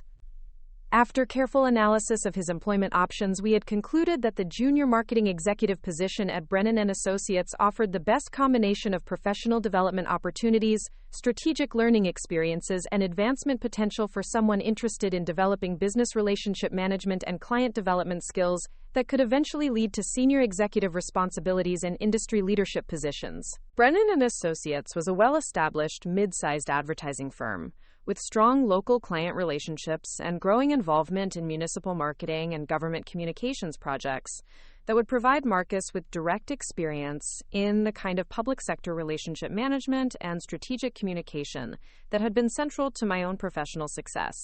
The firm's reputation for employee development and promotion from within suggested that talented junior executives could advance relatively quickly to positions with greater responsibility and strategic decision-making authority. But perhaps most importantly, the position at Brennan & Associates would operate within the same regional business ecosystem where my professional network and industry relationships could provide valuable context and strategic insights that might enhance Marcus's effectiveness and advancement prospects without creating obvious conflicts of interest or inappropriate family influence over his individual career development and professional achievement. Marcus's first 2 years at Brennan & Associates had proceeded exactly as we had anticipated during our strategic planning discussions, with steady advancement in responsibility and compensation that reflected his strong performance and obvious professional competence. His regular updates about client relationships, project management experiences, and strategic learning opportunities had continued to demonstrate respect for my business expertise and genuine interest in applying lessons from my professional experience to his own career development challenges. I'm starting to understand what you meant about the importance of building genuine trust with clients rather than just focusing on sales presentations and short-term results, Marcus had told me during one of our dinner conversations about his work experiences. The clients who give us repeat business and refer new accounts are always the ones where we've demonstrated reliable performance and strategic thinking rather than just creative advertising and competitive pricing. The professional insight had demonstrated that Marcus was successfully applying relationship management principles to his own work environment while developing practical understanding of how trust building and strategic partnership development actually functioned in contemporary business contexts. His growing expertise in client relationship management suggested that he was developing exactly the kind of professional capabilities that would lead to long-term career success and eventual industry leadership. But the most encouraging aspect of Marcus's early career development had been his continued willingness to seek strategic advice and professional guidance from someone whose experience and industry knowledge could provide valuable perspective on business development challenges and advancement opportunities that he encountered in his daily work environment. Our conversations about client management, strategic planning, and professional development had continued to be collaborative and mutually respectful exchanges that enhanced both his practical effectiveness and my understanding of contemporary business challenges. I've been asked to lead a new project developing marketing strategies for municipal agencies and government contractors, Marcus had informed me during his second year at Brennan & Associates. And I immediately thought about how much your experience with government relationships and municipal contracting could help me understand the unique challenges and opportunities in that market segment. The project assignment had represented both a significant advancement opportunity for Marcus and an excellent chance for collaborative strategic planning that could benefit from my comprehensive understanding of municipal politics and government relationship management. I had been genuinely excited about the prospect of providing detailed guidance about government marketing challenges while supporting Marcus's professional development in an area where my expertise could add substantial value to his work effectiveness. Our collaboration on the municipal marketing project had been remarkably successful, with Marcus applying insights from my government relationship experience to develop innovative marketing strategies that impressed both his supervisors at Brennan & Associates and the municipal clients who were targeted by the new service offerings. The project had resulted in Marcus's promotion to senior marketing executive, with expanded responsibilities for government relations and municipal client development. But more importantly, the successful collaboration had demonstrated that our professional relationship could provide mutual benefits and strategic advantages without compromising Marcus's individual achievement or creating dependency that might limit his career development and advancement prospects. He had successfully applied guidance from my experience while developing his own expertise and professional competence in ways that enhanced rather than replaced his individual capabilities and strategic thinking. The golden period of mutual respect and collaborative professional relationship had continued for approximately 3 years following Marcus's initial success at Brennan & Associates, during which our family interactions had been characterized by genuine intellectual exchange, strategic planning discussions, and the kind of meaningful professional mentorship that created both personal satisfaction and practical benefits for Marcus's career development and advancement prospects. During this period, Marcus had frequently brought colleagues and clients to family gatherings where he would proudly introduce me as, quote, my mother, who built the most successful municipal consulting firm in our region and knows every important government official and business leader in 3 counties. His obvious pride in my professional achievements and willingness to leverage my reputation and industry knowledge for his own business development had created exactly the kind of family dynamic that I had hoped would continue and strengthen as his career advanced and his own professional influence developed. But the golden period had also established patterns of family interaction and professional collaboration that would make Marcus's eventual transformation into dismissive critic all the more shocking and personally devastating when his growing career success began to convince him that his achievements were entirely the result of his own talent and effort, without recognition of the educational foundation, strategic guidance, and relationship advantages that had contributed to his professional development and advancement opportunities. The respectful son who had once valued my professional expertise and actively sought strategic guidance from my business experience was gradually being replaced by an arrogant executive who had begun to view his mother's industry knowledge as outdated and irrelevant to contemporary business challenges that required modern skills and innovative thinking rather than traditional relationship management and proven strategic approaches that had demonstrated effectiveness over decades of successful implementation. The seeds of Marcus's eventual downfall had been planted during the golden period itself, when his early professional success had created confidence that would gradually evolve into overconfidence, and when his growing expertise in contemporary business practices had begun to convince him that generational differences in professional experience automatically translated to obsolescence and irrelevance, rather than complementary perspectives that could enhance rather than limit strategic effectiveness and business development opportunities. But during those golden years, our relationship had represented everything that family professional mentorship could and should be: collaborative, respectful, mutually beneficial, and based on genuine appreciation for accumulated wisdom and strategic expertise that could enhance rather than replace individual achievement and professional competence. The memory of that respectful collaboration would make Marcus's eventual cruelty all the more devastating, and would ultimately provide the moral justification necessary for implementing comprehensive consequences that would remind him exactly what he had lost when he chose arrogance over appreciation and entitled dismissal over continued family collaboration and mutual respect. The golden period was ending, but the foundation it had established would soon provide the perfect contrast for demonstrating exactly how much Marcus had deteriorated as both a son and a professional, and how much he would lose when his systematic disrespect finally triggered consequences that would remind him why family relationships based on mutual respect and genuine appreciation are far more valuable than individual career success achieved through systematic dismissal of the people whose guidance and support had made that success possible in the first place. The morning after Marcus's cruel declaration that no one respects you anymore, you're just a retired old woman with no real power or influence in the world, would become the day when a supposedly powerless 70-year-old grandmother demonstrated exactly what 47 years of strategic relationship building could accomplish when deployed against someone whose career success was entirely dependent on the very professional ecosystem that he had systematically dismissed as outdated and irrelevant to modern business environments that supposedly required innovation and digital strategies rather than the proven relationship management and municipal expertise that actually controlled. I had awakened at 6:30 Monday morning as I had every day for the past 47 years, but this particular morning carried the weight of a decision that had crystallized during the sleepless hours following Marcus's public humiliation, a comprehensive professional lesson that would demonstrate exactly how dangerous it could be to underestimate someone whose industry influence operated through relationships and strategic positioning, rather than official titles and organizational authority that could be easily identified and evaluated by people who had never bothered to research the scope of continuing. The implementation of consequences hadn't required elaborate planning or complex strategic coordination, because the professional relationships and industry influence that Marcus had dismissed as obsolete were actually still active, immediately accessible, and remarkably effective when properly motivated by systematic disrespect, and the kind of entitled arrogance that demanded comprehensive correction through direct experience with the very authority that supposedly no longer existed.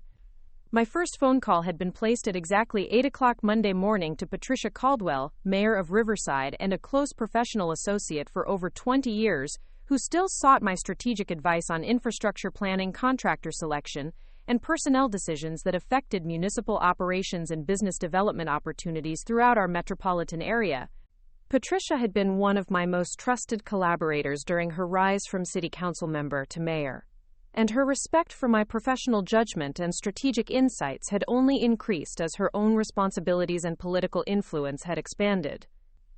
"Good morning, Patricia," I had said when she answered her direct line, using the warm but professional tone that had characterized our working relationship for decades. "I hope you have a few minutes to discuss a personnel matter that might interest you. I've become aware of some concerning professional behavior that could affect the quality of municipal marketing services available to city government, and I thought you should know about potential reliability issues with one of the local advertising firms." Patricia's immediate attention and obvious concern had demonstrated exactly the kind of professional trust and strategic influence that Marcus had dismissed as irrelevant to contemporary business environments. Within minutes, I had provided a detailed assessment of Marcus's character, professional competence, and suitability for handling municipal marketing contracts that required discretion, reliability, and the kind of mature judgment that comes from genuine respect for government relationships and public service responsibilities. "I appreciate you bringing this to my attention, Margaret," Patricia had responded with obvious seriousness about personnel decisions that could affect municipal operations and public service quality. "We're actually in the process of reviewing our marketing and communications contracts for the next fiscal year, and character assessment and professional reliability are crucial factors in our vendor selection process. I'll make sure this information is considered during our evaluation of Brennan and Associates and their senior staff assignments." The conversation had taken less than 15 minutes, but its implications for Marcus's career prospects at Brennan and Associates would be substantial and immediate, because municipal contracts represented approximately 40% of the firm's annual revenue, and their expansion into government communications had been the primary growth driver for Marcus's own advancement and professional success during his 5 years with the company. But Patricia Caldwell had been only the first of 12 strategic phone calls that would systematically dismantle Marcus's professional reputation and career prospects across every major employment opportunity and business development prospect in our regional business community. Each conversation had been brief, professional, and devastatingly effective in communicating concerns about Marcus's judgment, character, and suitability for positions that required discretion, maturity, and genuine respect for the professional relationships that characterized successful business development in environments where trust and proven reliability were more important than innovative marketing strategies and aggressive self-promotion. My second call had been to David Park, Executive Director of the Regional Chamber of Commerce and a longtime professional associate who managed corporate networking events, business development initiatives, and strategic partnerships that could significantly influence career opportunities for marketing professionals throughout our metropolitan area. David had been instrumental in connecting local businesses with government contracting opportunities, and his recommendations carried substantial weight with corporate executives who valued his strategic insights and industry knowledge. "David, I wanted to alert you to some concerning behavior I've observed that might affect the professional standards and relationship management capabilities of people participating in chamber networking events and business development programs," I had explained during our conversation. "There seems to be a troubling pattern of disrespect and poor judgment among some younger marketing executives that could compromise the quality and reliability of professional relationships within our business community." David's response had been immediate and decisive, because the Chamber's reputation for facilitating high-quality professional relationships depended on maintaining standards of conduct and character assessment that prevented unreliable or disrespectful individuals from compromising business development opportunities and strategic partnerships that benefited the entire regional business community. I'll make sure our membership committee and business development coordinators are aware of these concerns, David had assured me with obvious appreciation for the strategic intelligence and professional guidance that I had provided. We're planning several major networking events and partnership initiatives over the next few months, and we need to ensure that participants demonstrate the kind of professional maturity and relationship skills that reflect well on our organization and our member companies. The conversation had eliminated Marcus's access to chamber networking events, business development programs, and strategic partnership opportunities that were essential for career advancement in regional business environments, where professional relationships and industry connections often determined promotion prospects and employment opportunities across multiple organizations and industry sectors. My third call had been to Jennifer Morrison, Director of Municipal Contract Administration for our county government, and a trusted professional contact who managed vendor selection, performance evaluation, and contract renewal decisions that affected business opportunities for dozens of local companies that provided services to government agencies throughout our three-county region. Jennifer's office controlled substantial annual contracting budgets and maintained detailed performance records that influenced future business opportunities for companies that sought government contracts. Jennifer, I wanted to discuss some reliability concerns about personnel at Brennan & Associates that might affect their suitability for government contracting opportunities, I had explained during our conversation. There appear to be some character and judgment issues among their senior marketing staff that could compromise their ability to handle government communications and public sector marketing projects that require discretion and professional maturity. Jennifer's response had been professionally appropriate and strategically significant, because government contracting opportunities represented both immediate revenue and long-term business development prospects that were essential for the financial stability and growth trajectory of companies like Brennan & Associates, that had positioned themselves as specialists in municipal marketing and government communications services. We're currently reviewing vendor qualifications for our next round of marketing and communications contracts, Jennifer had informed me with obvious attention to the personnel assessment and character evaluation that were crucial elements of government vendor selection processes. I'll make sure these concerns are documented and considered during our evaluation of staff qualifications and project management capabilities. The systematic deployment of my professional network had continued throughout Monday morning with strategic conversations that eliminated Marcus's career prospects across virtually every major employment opportunity and business development prospect in our regional business community. Each phone call had been professionally appropriate, strategically targeted, and devastatingly effective in communicating character concerns and reliability issues that would permanently affect his reputation and advancement opportunities. But perhaps the most strategically significant conversation had been my call to Robert Henderson, senior partner at Henderson Martinez & Associates, the largest employment recruiting firm in our metropolitan area, and a company that specialized in executive placement and career development services for business professionals seeking advancement opportunities with established corporations and growing companies throughout our three-county region.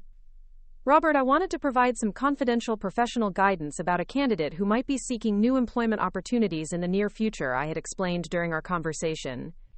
There are some significant character and judgment concerns that potential employers should be aware of before making hiring decisions that could affect their organizational culture and professional standards. Robert's response had demonstrated exactly the kind of professional trust and strategic influence that enabled me to affect employment prospects across multiple industries and organizational environments. Through systematic relationship management and character assessment, that recruiting professionals valued and relied upon for making personnel recommendations to their corporate clients. I appreciate you bringing this to my attention, Margaret, Robert had responded with obvious respect for my professional judgment and strategic insights. Character assessment and cultural fit are crucial factors in executive placement, and we always value input from respected business leaders who have direct knowledge of candidate behavior and professional reliability. Quote, the recruiting industry conversation had been particularly devastating for Marcus's long-term career prospects because Henderson, Martinez & Associates managed executive placement services for virtually every major corporation in our region, and their candidate evaluation database would permanently document reliability concerns and character issues that would affect his employment opportunities across multiple industries for years to come. By 11 o'clock Monday morning, less than 3 hours after beginning my systematic deployment of professional relationships and strategic influence, I had effectively eliminated Marcus's career prospects at his current employer, destroyed his access to networking and business development opportunities throughout our regional business community, and permanently damaged his reputation with government contracting agencies and executive recruiting services that controlled employment advancement opportunities across virtually every major industry and organizational environment in our metropolitan area. But the most satisfying element of implementing professional consequences hadn't been the systematic destruction of Marcus's career prospects. It had been the immediate and dramatic demonstration that the professional influence he had dismissed as obsolete was actually far more extensive and devastating than he had ever imagined possible, and that his systematic underestimation of my continuing strategic capabilities had been the most catastrophic professional mistake that anyone in our family history had ever made. The phone call I had been expecting came at exactly 2:47 Monday afternoon, when Marcus contacted me with obvious panic and desperation that demonstrated his belated recognition that something extraordinary and professionally devastating had occurred since his cruel comment about my supposed powerlessness less than 24 hours earlier. "Mom, I need to talk to you immediately about something really strange that's happening at work," Marcus had said, with the kind of barely controlled anxiety that suggested his comfortable professional world was collapsing around him in ways he couldn't understand or explain. "My supervisor called me into his office this morning and informed me that several of our municipal contracts are being reviewed for, quote, personnel suitability concerns, and that I'm being reassigned to internal projects while the company evaluates my, quote, professional reliability and character assessment. Single quote, quote." The obvious confusion and growing panic in Marcus's voice had provided exactly the kind of professional satisfaction that comes from systematic strategic planning and comprehensive deployment of resources against someone who had underestimated the scope of continuing influence and strategic capabilities that operated beneath the surface of deliberately modest presentation and carefully managed retirement lifestyle. "That does sound concerning, Marcus," I had replied with the same calm, professional composure that had served me well during 47 years of managing difficult business situations and complex relationship challenges. "Have you considered whether recent behavior or comments might have affected professional perceptions of your character and judgment?" The question had been strategically designed to help Marcus begin connecting his cruel comment about my supposed powerlessness with the systematic destruction of his career prospects that was occurring across every major employment opportunity and business development prospect in our regional professional community. "I don't understand what you mean," Marcus had responded with obvious desperation and growing recognition that his professional crisis might be connected to family relationships and strategic influences that he had systematically dismissed as irrelevant to contemporary business environments. "What does my character have to do with municipal contracting and government communications projects?" The desperate question had provided the perfect opportunity for beginning Marcus's comprehensive education about how professional influence actually operates in regional business communities, where relationship networks and character assessment often determine career advancement prospects and employment opportunities across multiple industries and organizational environments. "Marcus, you might be surprised to learn that many municipal officials and business leaders still value the opinions and strategic recommendations of people they have worked with successfully for decades," I had explained with deliberate patience and professional courtesy that contrasted sharply with his cruel dismissal of my supposed irrelevance. "Character assessment and professional reliability are often more important factors in business development and career advancement than innovative marketing strategies or contemporary business practices." Quote. The explanation had been followed by a detailed description of the phone calls I had made that morning, the professional relationships I had leveraged, and the systematic destruction of his career prospects that had been accomplished through strategic deployment of influence and relationship networks that he had dismissed as obsolete and irrelevant to modern business environments. I contacted Mayor Caldwell about personnel reliability concerns at Brennan & Associates. I had informed him with the kind of professional precision that characterized systematic strategic planning and comprehensive consequence implementation. I also spoke with David Park at the Chamber of Commerce about professional conduct standards, Jennifer Morrison about government contracting suitability, and Robert Henderson about character assessment for executive placement services. The systematic enumeration of strategic relationships and professional influence had been designed to help Marcus understand exactly how extensively his career prospects had been damaged by his systematic underestimation of my continuing strategic capabilities and business network relationships that operated far beyond his limited comprehension of how real professional influence actually functions in contemporary business environments. Marcus's response had been exactly what 47 years of professional experience had taught me to expect from someone who had finally recognized the scope of strategic influence they had systematically underestimated and disrespected through arrogant assumptions about the limitations of people whose professional capabilities operated beneath the surface of deliberately modest presentation.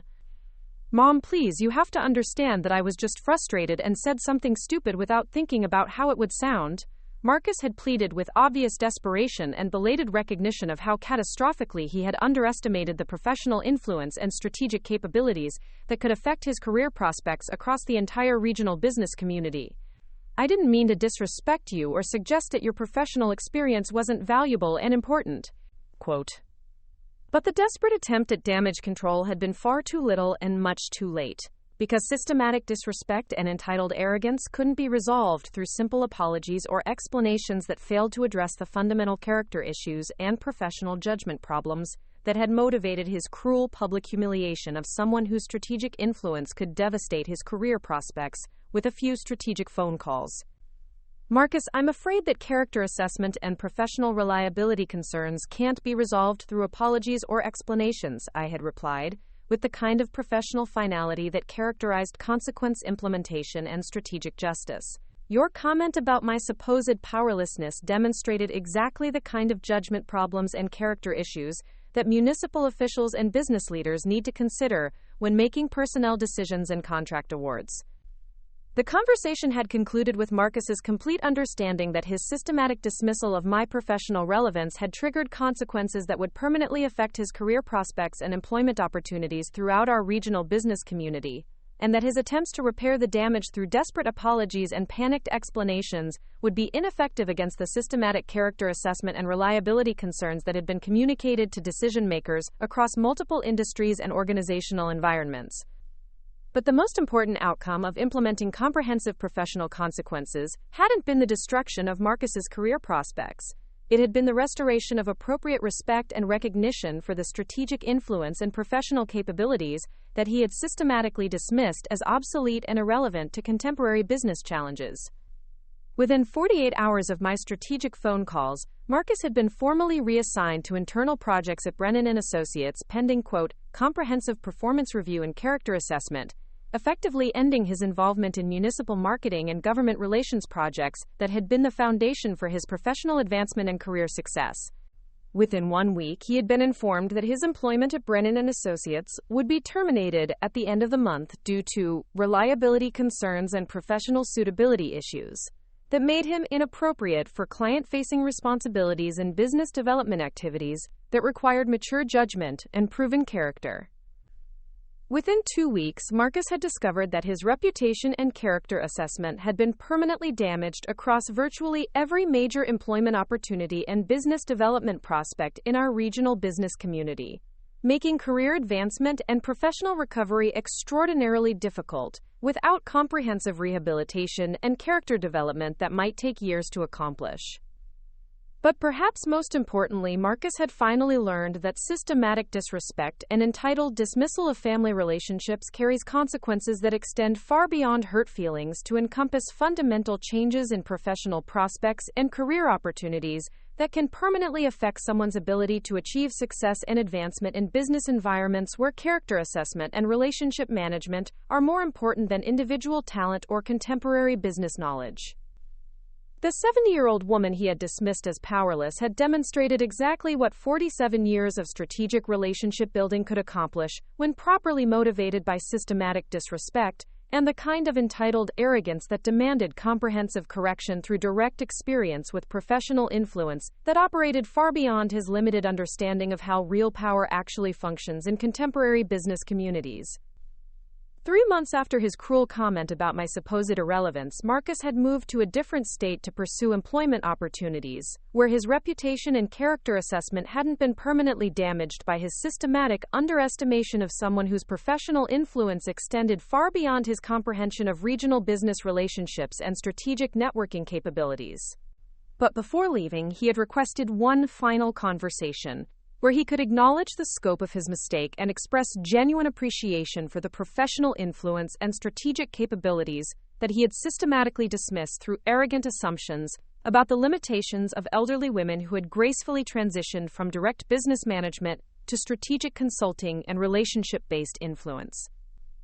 Mom, I finally understand what I lost when I decided that your professional experience wasn't relevant to modern business environments, Marcus had said during our final conversation. I had no idea how extensive your professional network was, or how much influence you still had over business development and employment opportunities throughout our region.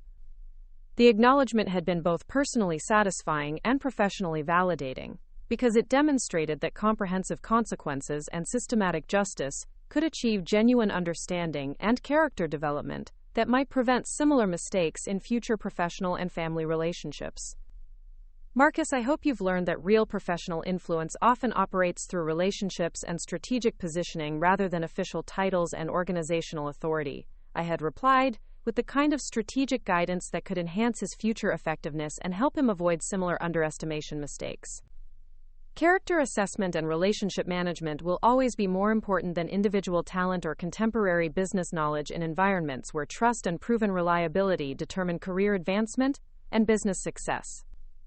Margaret Thornfield had spent 47 years building professional influence that could reshape career trajectories and employment opportunities for people who made the mistake of systematically underestimating strategic capabilities and relationship networks that operated beneath the surface of deliberately modest presentation and carefully managed retirement lifestyle. The woman Marcus had dismissed as powerless had reminded him that some people become more dangerous rather than less influential when they transition from direct employment to strategic independence, and that family relationships based on mutual respect and genuine appreciation are far more valuable than individual career success achieved through systematic dismissal of the people whose guidance and professional networks had made that success possible in the first place. The lesson had been comprehensive, the justice had been systematic, and the consequences had been permanent. Exactly what happens when you underestimate the wrong grandmother and discover that some debts eventually come due with interest compounded by years of systematic disrespect and entitled assumptions about the limitations of people whose professional influence extends far beyond your ability to understand or appreciate the scope of strategic relationships that can reshape your entire career trajectory with a few strategic phone calls and 47 years of proof. Sometimes the most devastating professional lessons come not from elaborate confrontations or dramatic revelations, but from simply discovering that the person you systematically underestimated and publicly humiliated possesses exactly the kind of strategic influence and professional network that can permanently alter your career prospects and remind you that real power often operates through relationships rather than titles, and that systematic disrespect carries consequences that extend far beyond hurt feelings to encompass fundamental changes in employment opportunities and professional advancement prospects. Have you ever witnessed someone learn the hard way that they had dangerously underestimated someone else's capabilities? Share your thoughts in the comments below, because this story proves that appearances can be deceiving, and that dismissing someone based on age, retirement status, or perceived powerlessness can be the most catastrophic professional mistake you'll ever make. If you enjoyed this story of strategic justice, and want to hear more tales about people who discovered the consequences of underestimating the wrong person, make sure to hit that subscribe button and ring the notification bell. Tomorrow's story features a young executive who thought he could manipulate someone with 40 years of industry experience. Spoiler alert, he learned exactly why that was the worst decision of his professional career. Up next, you've got two more standout stories right on your screen. If this one hit the mark, you won't want to pass these up. Just click and check them out. And don't forget to subscribe and turn on the notification bell so you don't miss any upload from us. To understand how Marcus's humiliating professional downfall would ultimately evolve into the most profound personal transformation and family reconciliation in Thornfield history, you need to understand exactly how the systematic destruction of his career prospects forced him to confront not just the catastrophic scope of his professional misjudgment, but also the deeper character flaws and entitled assumptions that had gradually transformed a once respectful son into an arrogant executive who had systematically destroyed the most valuable relationship and strategic resource that his career development could have possessed. The 18 months following Marcus's forced relocation to Denver, Colorado, where he had eventually secured employment as a junior account coordinator at a small regional advertising firm that specialized in local retail marketing rather than the sophisticated municipal consulting and government relations work that had characterized his previous career trajectory at Brennan & Associates, had been a period of profound professional humbling and systematic character development that gradually forced him to recognize the true scope of what he had lost through systematic disrespect and dangerous underestimation of someone whose strategic capabilities and industry influence he had never bothered to research or understand.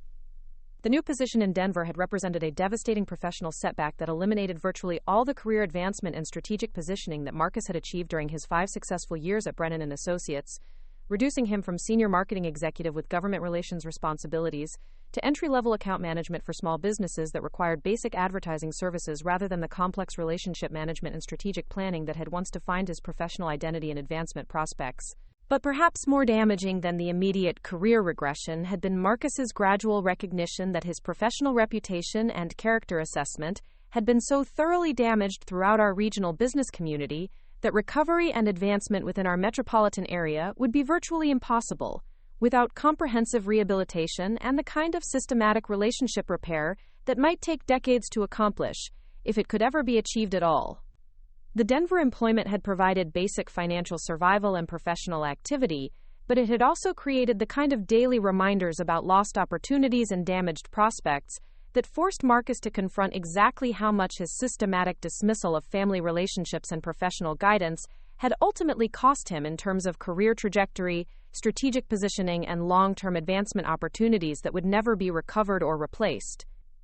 During his first year in Denver, Marcus had made several desperate attempts to contact former colleagues at Brennan & Associates and other regional business contacts to explore possibilities for professional rehabilitation and career recovery within our metropolitan area's business community. But each conversation had reinforced the reality that his character assessment and reliability concerns had been so comprehensively communicated throughout the professional network that any attempt at local career recovery would require acknowledgement of fundamental character problems and systematic behavior change that extended far beyond simple apologies or explanations. "I've been told there were some serious professional conduct issues that led to your departure from our region," Jennifer Morrison from County Contract Administration had explained during one of Marcus's attempted reconciliation phone calls. Character assessment and reliability concerns aren't easily resolved, and most employers in our area would need substantial evidence of genuine behavioral change and character development before considering someone with documented judgment problems for positions that require professional maturity and relationship management skills. Quote, "The systematic rejection from former professional contacts had gradually forced Marcus to recognize that his career destruction hadn't been the result of misunderstandings or temporary conflicts that could be resolved through explanation and negotiation, but rather the logical consequence of fundamental character flaws and entitled assumptions that had been observed, documented, and permanently recorded by decision-makers whose professional judgment and strategic assessment he could no longer influence or override through personal charm or business competence." But the most profound impact of Marcus's professional exile hadn't been the immediate career consequences or even the long-term advancement limitations. It had been the systematic isolation from family relationships and strategic guidance that had once provided both emotional satisfaction and practical benefits for his personal development and professional effectiveness. For the first time in his adult life, Marcus had been forced to navigate complex career challenges and strategic decisions without access to the comprehensive industry knowledge and relationship network that had unconsciously supported and enhanced his professional advancement for decades. The isolation had been particularly devastating because it had gradually revealed how extensively Marcus's career success at Brennan & Associates had been dependent on strategic advantages and relationship benefits that he had systematically taken for granted, while simultaneously dismissing the source of those advantages as irrelevant to contemporary business environments. His mother's professional network and industry influence had provided context, opportunities, and strategic positioning that had enhanced his effectiveness and advancement prospects in ways he had never recognized or acknowledged until they were permanently withdrawn.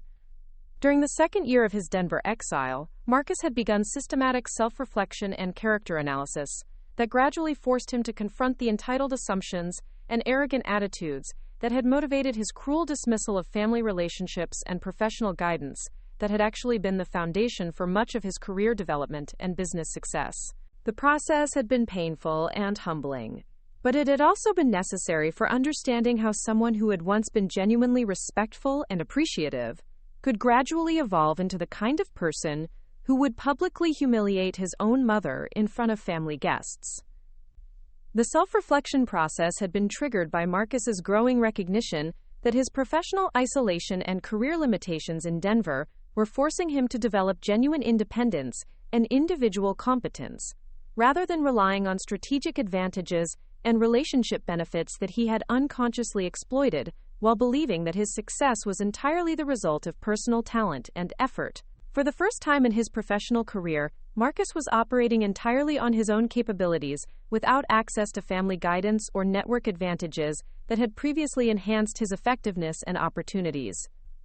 I'm starting to understand that I never really developed genuine professional independence because I was always operating with advantages and guidance that I took for granted, Marcus had written in a letter to his wife Jennifer during his second year in Denver. I thought my success at Brennan & Associates was proof of my individual competence, but I'm realizing that I had strategic help and relationship benefits that I never acknowledged or appreciated until they were gone.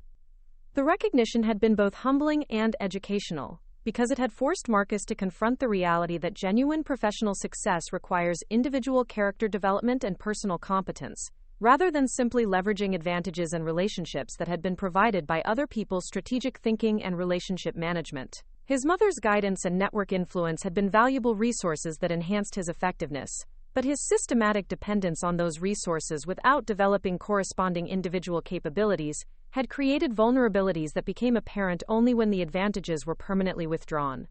But perhaps most importantly, the professional isolation had gradually forced Marcus to recognize that his dismissive attitude toward family relationships and professional guidance had been motivated not by genuine confidence in his own abilities, but rather by entitled assumptions and defensive arrogance that prevented him from acknowledging how much his success had been enhanced by strategic advantages that he hadn't earned or deserved through his own effort and competence. The systematic character analysis had been supplemented by Marcus's growing awareness of how other professionals in Denver's business community approached relationship management and strategic networking. Unlike his previous environment at Brennan & Associates, where his family connections and inherited advantages had provided access to established relationships and strategic opportunities, the Denver business community required genuine relationship building and individual competence development that couldn't be supplemented by inherited advantages or family network benefits. Everyone here has to build their own professional relationships and demonstrate individual competence without relying on family connections or inherited advantages, Marcus had observed during one of his rare phone conversations with Jennifer. I'm learning that most successful professionals actually value guidance from experienced colleagues and mentors rather than dismissing older professionals as irrelevant to contemporary business challenges. The observation had been particularly significant because it had revealed how Marcus's entitled assumptions about generational differences in business practices had been both professionally naive and strategically counterproductive. The Denver business community included numerous examples of successful intergenerational collaboration and strategic mentorship that enhanced rather than limited individual effectiveness and advancement opportunities. During his third year in Denver, Marcus had begun systematic efforts to rebuild professional relationships and develop genuine individual competence that could support long-term career advancement without dependence on inherited advantages or family network benefits. The process had required comprehensive character development and strategic thinking that extended far beyond his previous approach to business development and relationship management. But more importantly, the professional rehabilitation process had gradually forced Marcus to recognize that his systematic dismissal of family relationships and professional guidance had been the most catastrophic strategic mistake of his entire career, eliminating access to valuable resources and strategic advantages that had been freely offered and generously provided by someone whose only expectation had been basic respect and genuine appreciation for decades of support and guidance. I'm finally starting to understand what I threw away when I decided that Mom's professional experience wasn't relevant to my career development, Marcus had admitted during a phone conversation with Jennifer in his third year of Denver exile. I had access to strategic guidance and professional relationships that most people would consider incredibly valuable, and I systematically dismissed and disrespected the source of those advantages until they were permanently withdrawn. The recognition had marked the beginning of Marcus's systematic efforts to understand and acknowledge the true scope of his professional and personal losses, leading to comprehensive character development and relationship rehabilitation that would eventually enable him to attempt reconciliation with family relationships that he had systematically damaged through entitled assumptions and arrogant dismissal of strategic value that he had never bothered to research or appreciate. By the beginning of his 4th year in Denver, Marcus had achieved sufficient character development and professional stability to begin systematic efforts at family reconciliation and relationship repair that would require genuine acknowledgement of his fundamental mistakes and comprehensive commitment to changed behavior and strategic thinking that demonstrated authentic appreciation rather than simply crisis-motivated damage control. The reconciliation process had begun with a carefully written letter that demonstrated Marcus's systematic analysis of his character flaws and professional mistakes, while expressing genuine understanding of the scope of damage that his systematic disrespect had caused to family relationships and strategic opportunities that had been permanently lost through his entitled assumptions and arrogant behavior. Dear Mom, the letter had begun with deliberate formality that acknowledged the severity of relationship damage and the comprehensive rehabilitation that would be required for any possibility of reconciliation. I am writing to acknowledge the fundamental character problems and professional mistakes that led to my cruel treatment of you, and my systematic dismissal of the strategic guidance and professional relationships that had been the foundation for much of my career success and personal development. The letter had continued with detailed analysis of Marcus's character development process and systematic recognition of how his entitled assumptions had gradually transformed respectful collaboration into dismissive arrogance that had ultimately destroyed the most valuable relationship and strategic resource that his career could have possessed. I have spent the past 4 years developing genuine understanding of how my systematic disrespect and entitled assumptions caused irreparable damage to family relationships while destroying strategic advantages and professional opportunities that had been generously provided through your guidance and network influence. Marcus had written with obvious sincerity and comprehensive acknowledgement of his fundamental mistakes. But perhaps most importantly, the letter had included systematic commitment to changed behavior and strategic thinking that demonstrated genuine character development, rather than simply crisis-motivated attempts at damage control or relationship manipulation designed to restore access to strategic advantages without authentic appreciation or reciprocal care.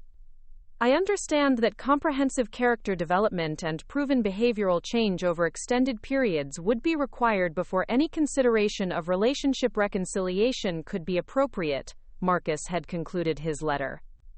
I am committed to demonstrating genuine appreciation and reciprocal care, rather than simply seeking restoration of strategic advantages that I systematically took for granted while providing nothing meaningful in return.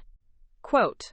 my response to Marcus's reconciliation letter had been carefully considered and strategically designed to evaluate the authenticity of his character development, while providing opportunities for gradual relationship rehabilitation that could demonstrate genuine changed behavior, rather than simply crisis-motivated damage control or strategic manipulation, designed to restore access to professional advantages without corresponding character improvement.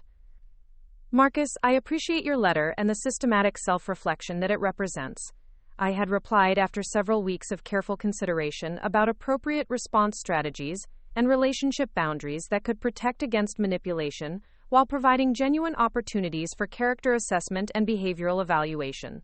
Character development and relationship rehabilitation require demonstrated commitment over extended periods, rather than simply written acknowledgments or verbal promises about changed behavior. The response had established clear expectations for systematic behavioral demonstration and authentic character change, while providing structured opportunities for gradual relationship rebuilding that could be evaluated and adjusted based on Marcus's actual conduct rather than his stated intentions or crisis-motivated promises about future behavior. Over the following 18 months, Marcus had systematically demonstrated changed behavior and genuine character development through consistent respectful communication, authentic interest in family well-being, and strategic actions that provided value and support for family relationships, without expectation of immediate reciprocal benefits, or restoration of strategic advantages that had been permanently forfeited through his previous systematic disrespect. The demonstration process had included regular communication that focused on family well-being rather than his own professional challenges, thoughtful gifts and gestures that demonstrated genuine care rather than strategic manipulation, and systematic efforts to repair relationships with extended family members who had witnessed his cruel behavior during the dinner incident that had triggered comprehensive consequences and professional destruction. But perhaps most importantly, Marcus had demonstrated authentic understanding of professional relationship management and strategic networking through his successful career development in Denver, where he had gradually advanced from junior account coordinator to regional marketing director through genuine individual competence and relationship building rather than inherited advantages or family network benefits. I've finally learned how to build professional relationships based on mutual respect and genuine value rather than inherited advantages or entitled expectations, Marcus had reported during one of our gradually rebuilding phone conversations. The character development and relationship skills that I should have learned years ago have finally enabled me to achieve genuine career advancement through individual competence and strategic thinking. The professional success in Denver had been particularly significant because it had demonstrated that Marcus's character development was producing practical results and sustainable advancement, rather than simply temporary behavior modification designed to restore access to family relationships and strategic advantages.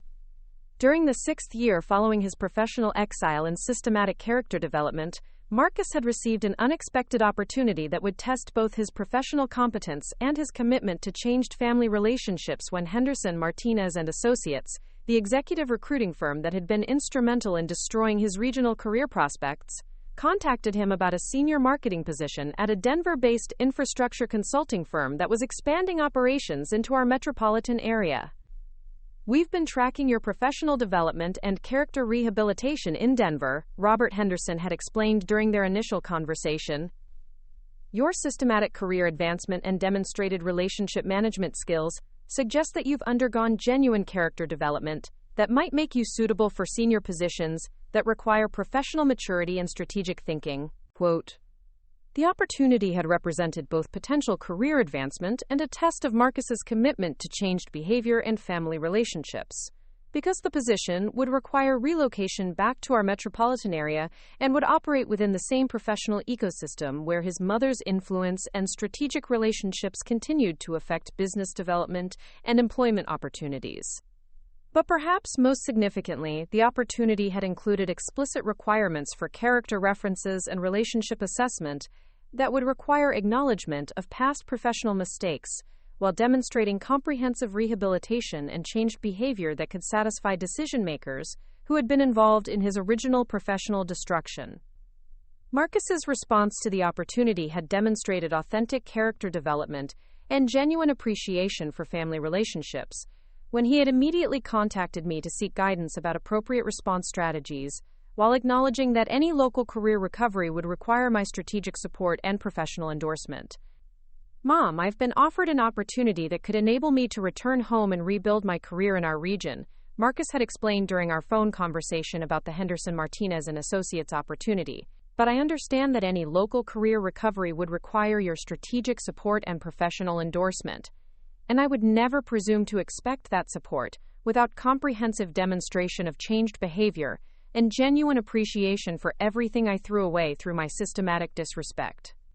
The conversation had provided the perfect opportunity for evaluating Marcus's authentic character development while establishing appropriate conditions for strategic support that could enable his career recovery without compromising the professional relationships and industry influence that had been used to implement his original consequences.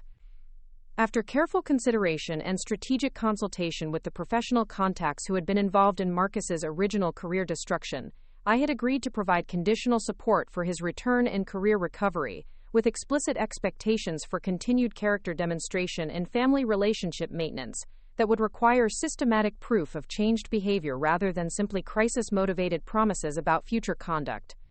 I am willing to provide strategic support for your career recovery, I had informed Marcus during our final conversation about the Henderson opportunity, but with clear expectations that this support represents trust in demonstrated character development rather than automatic family forgiveness or restoration of inherited advantages that must be earned through continued respectful behavior and genuine appreciation. Marcus's successful return to our metropolitan area and his systematic career rehabilitation at the infrastructure consulting firm had been achieved through genuine individual competence and proven character development, rather than simply family influence or inherited advantages,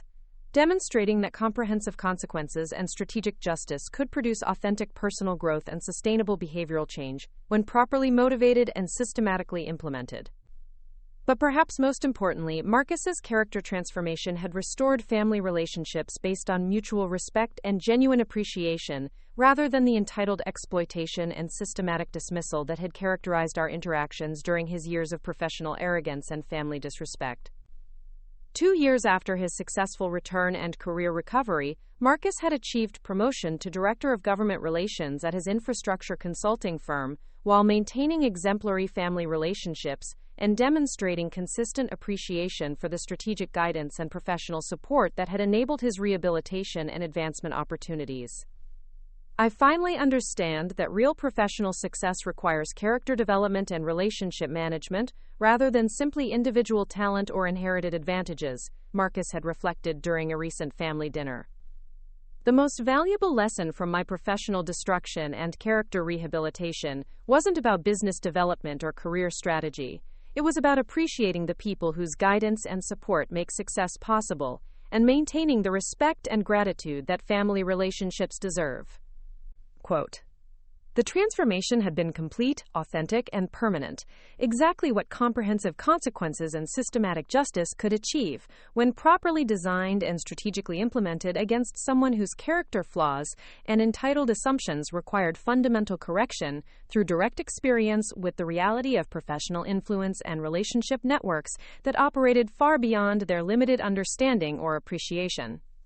Margaret Thornfield had demonstrated that strategic influence and professional relationships could deliver both devastating consequences for systematic disrespect and comprehensive opportunities for character development and authentic rehabilitation when someone proved capable of genuine behavioral change and sustained commitment to respectful family relationships based on mutual appreciation rather than entitled exploitation.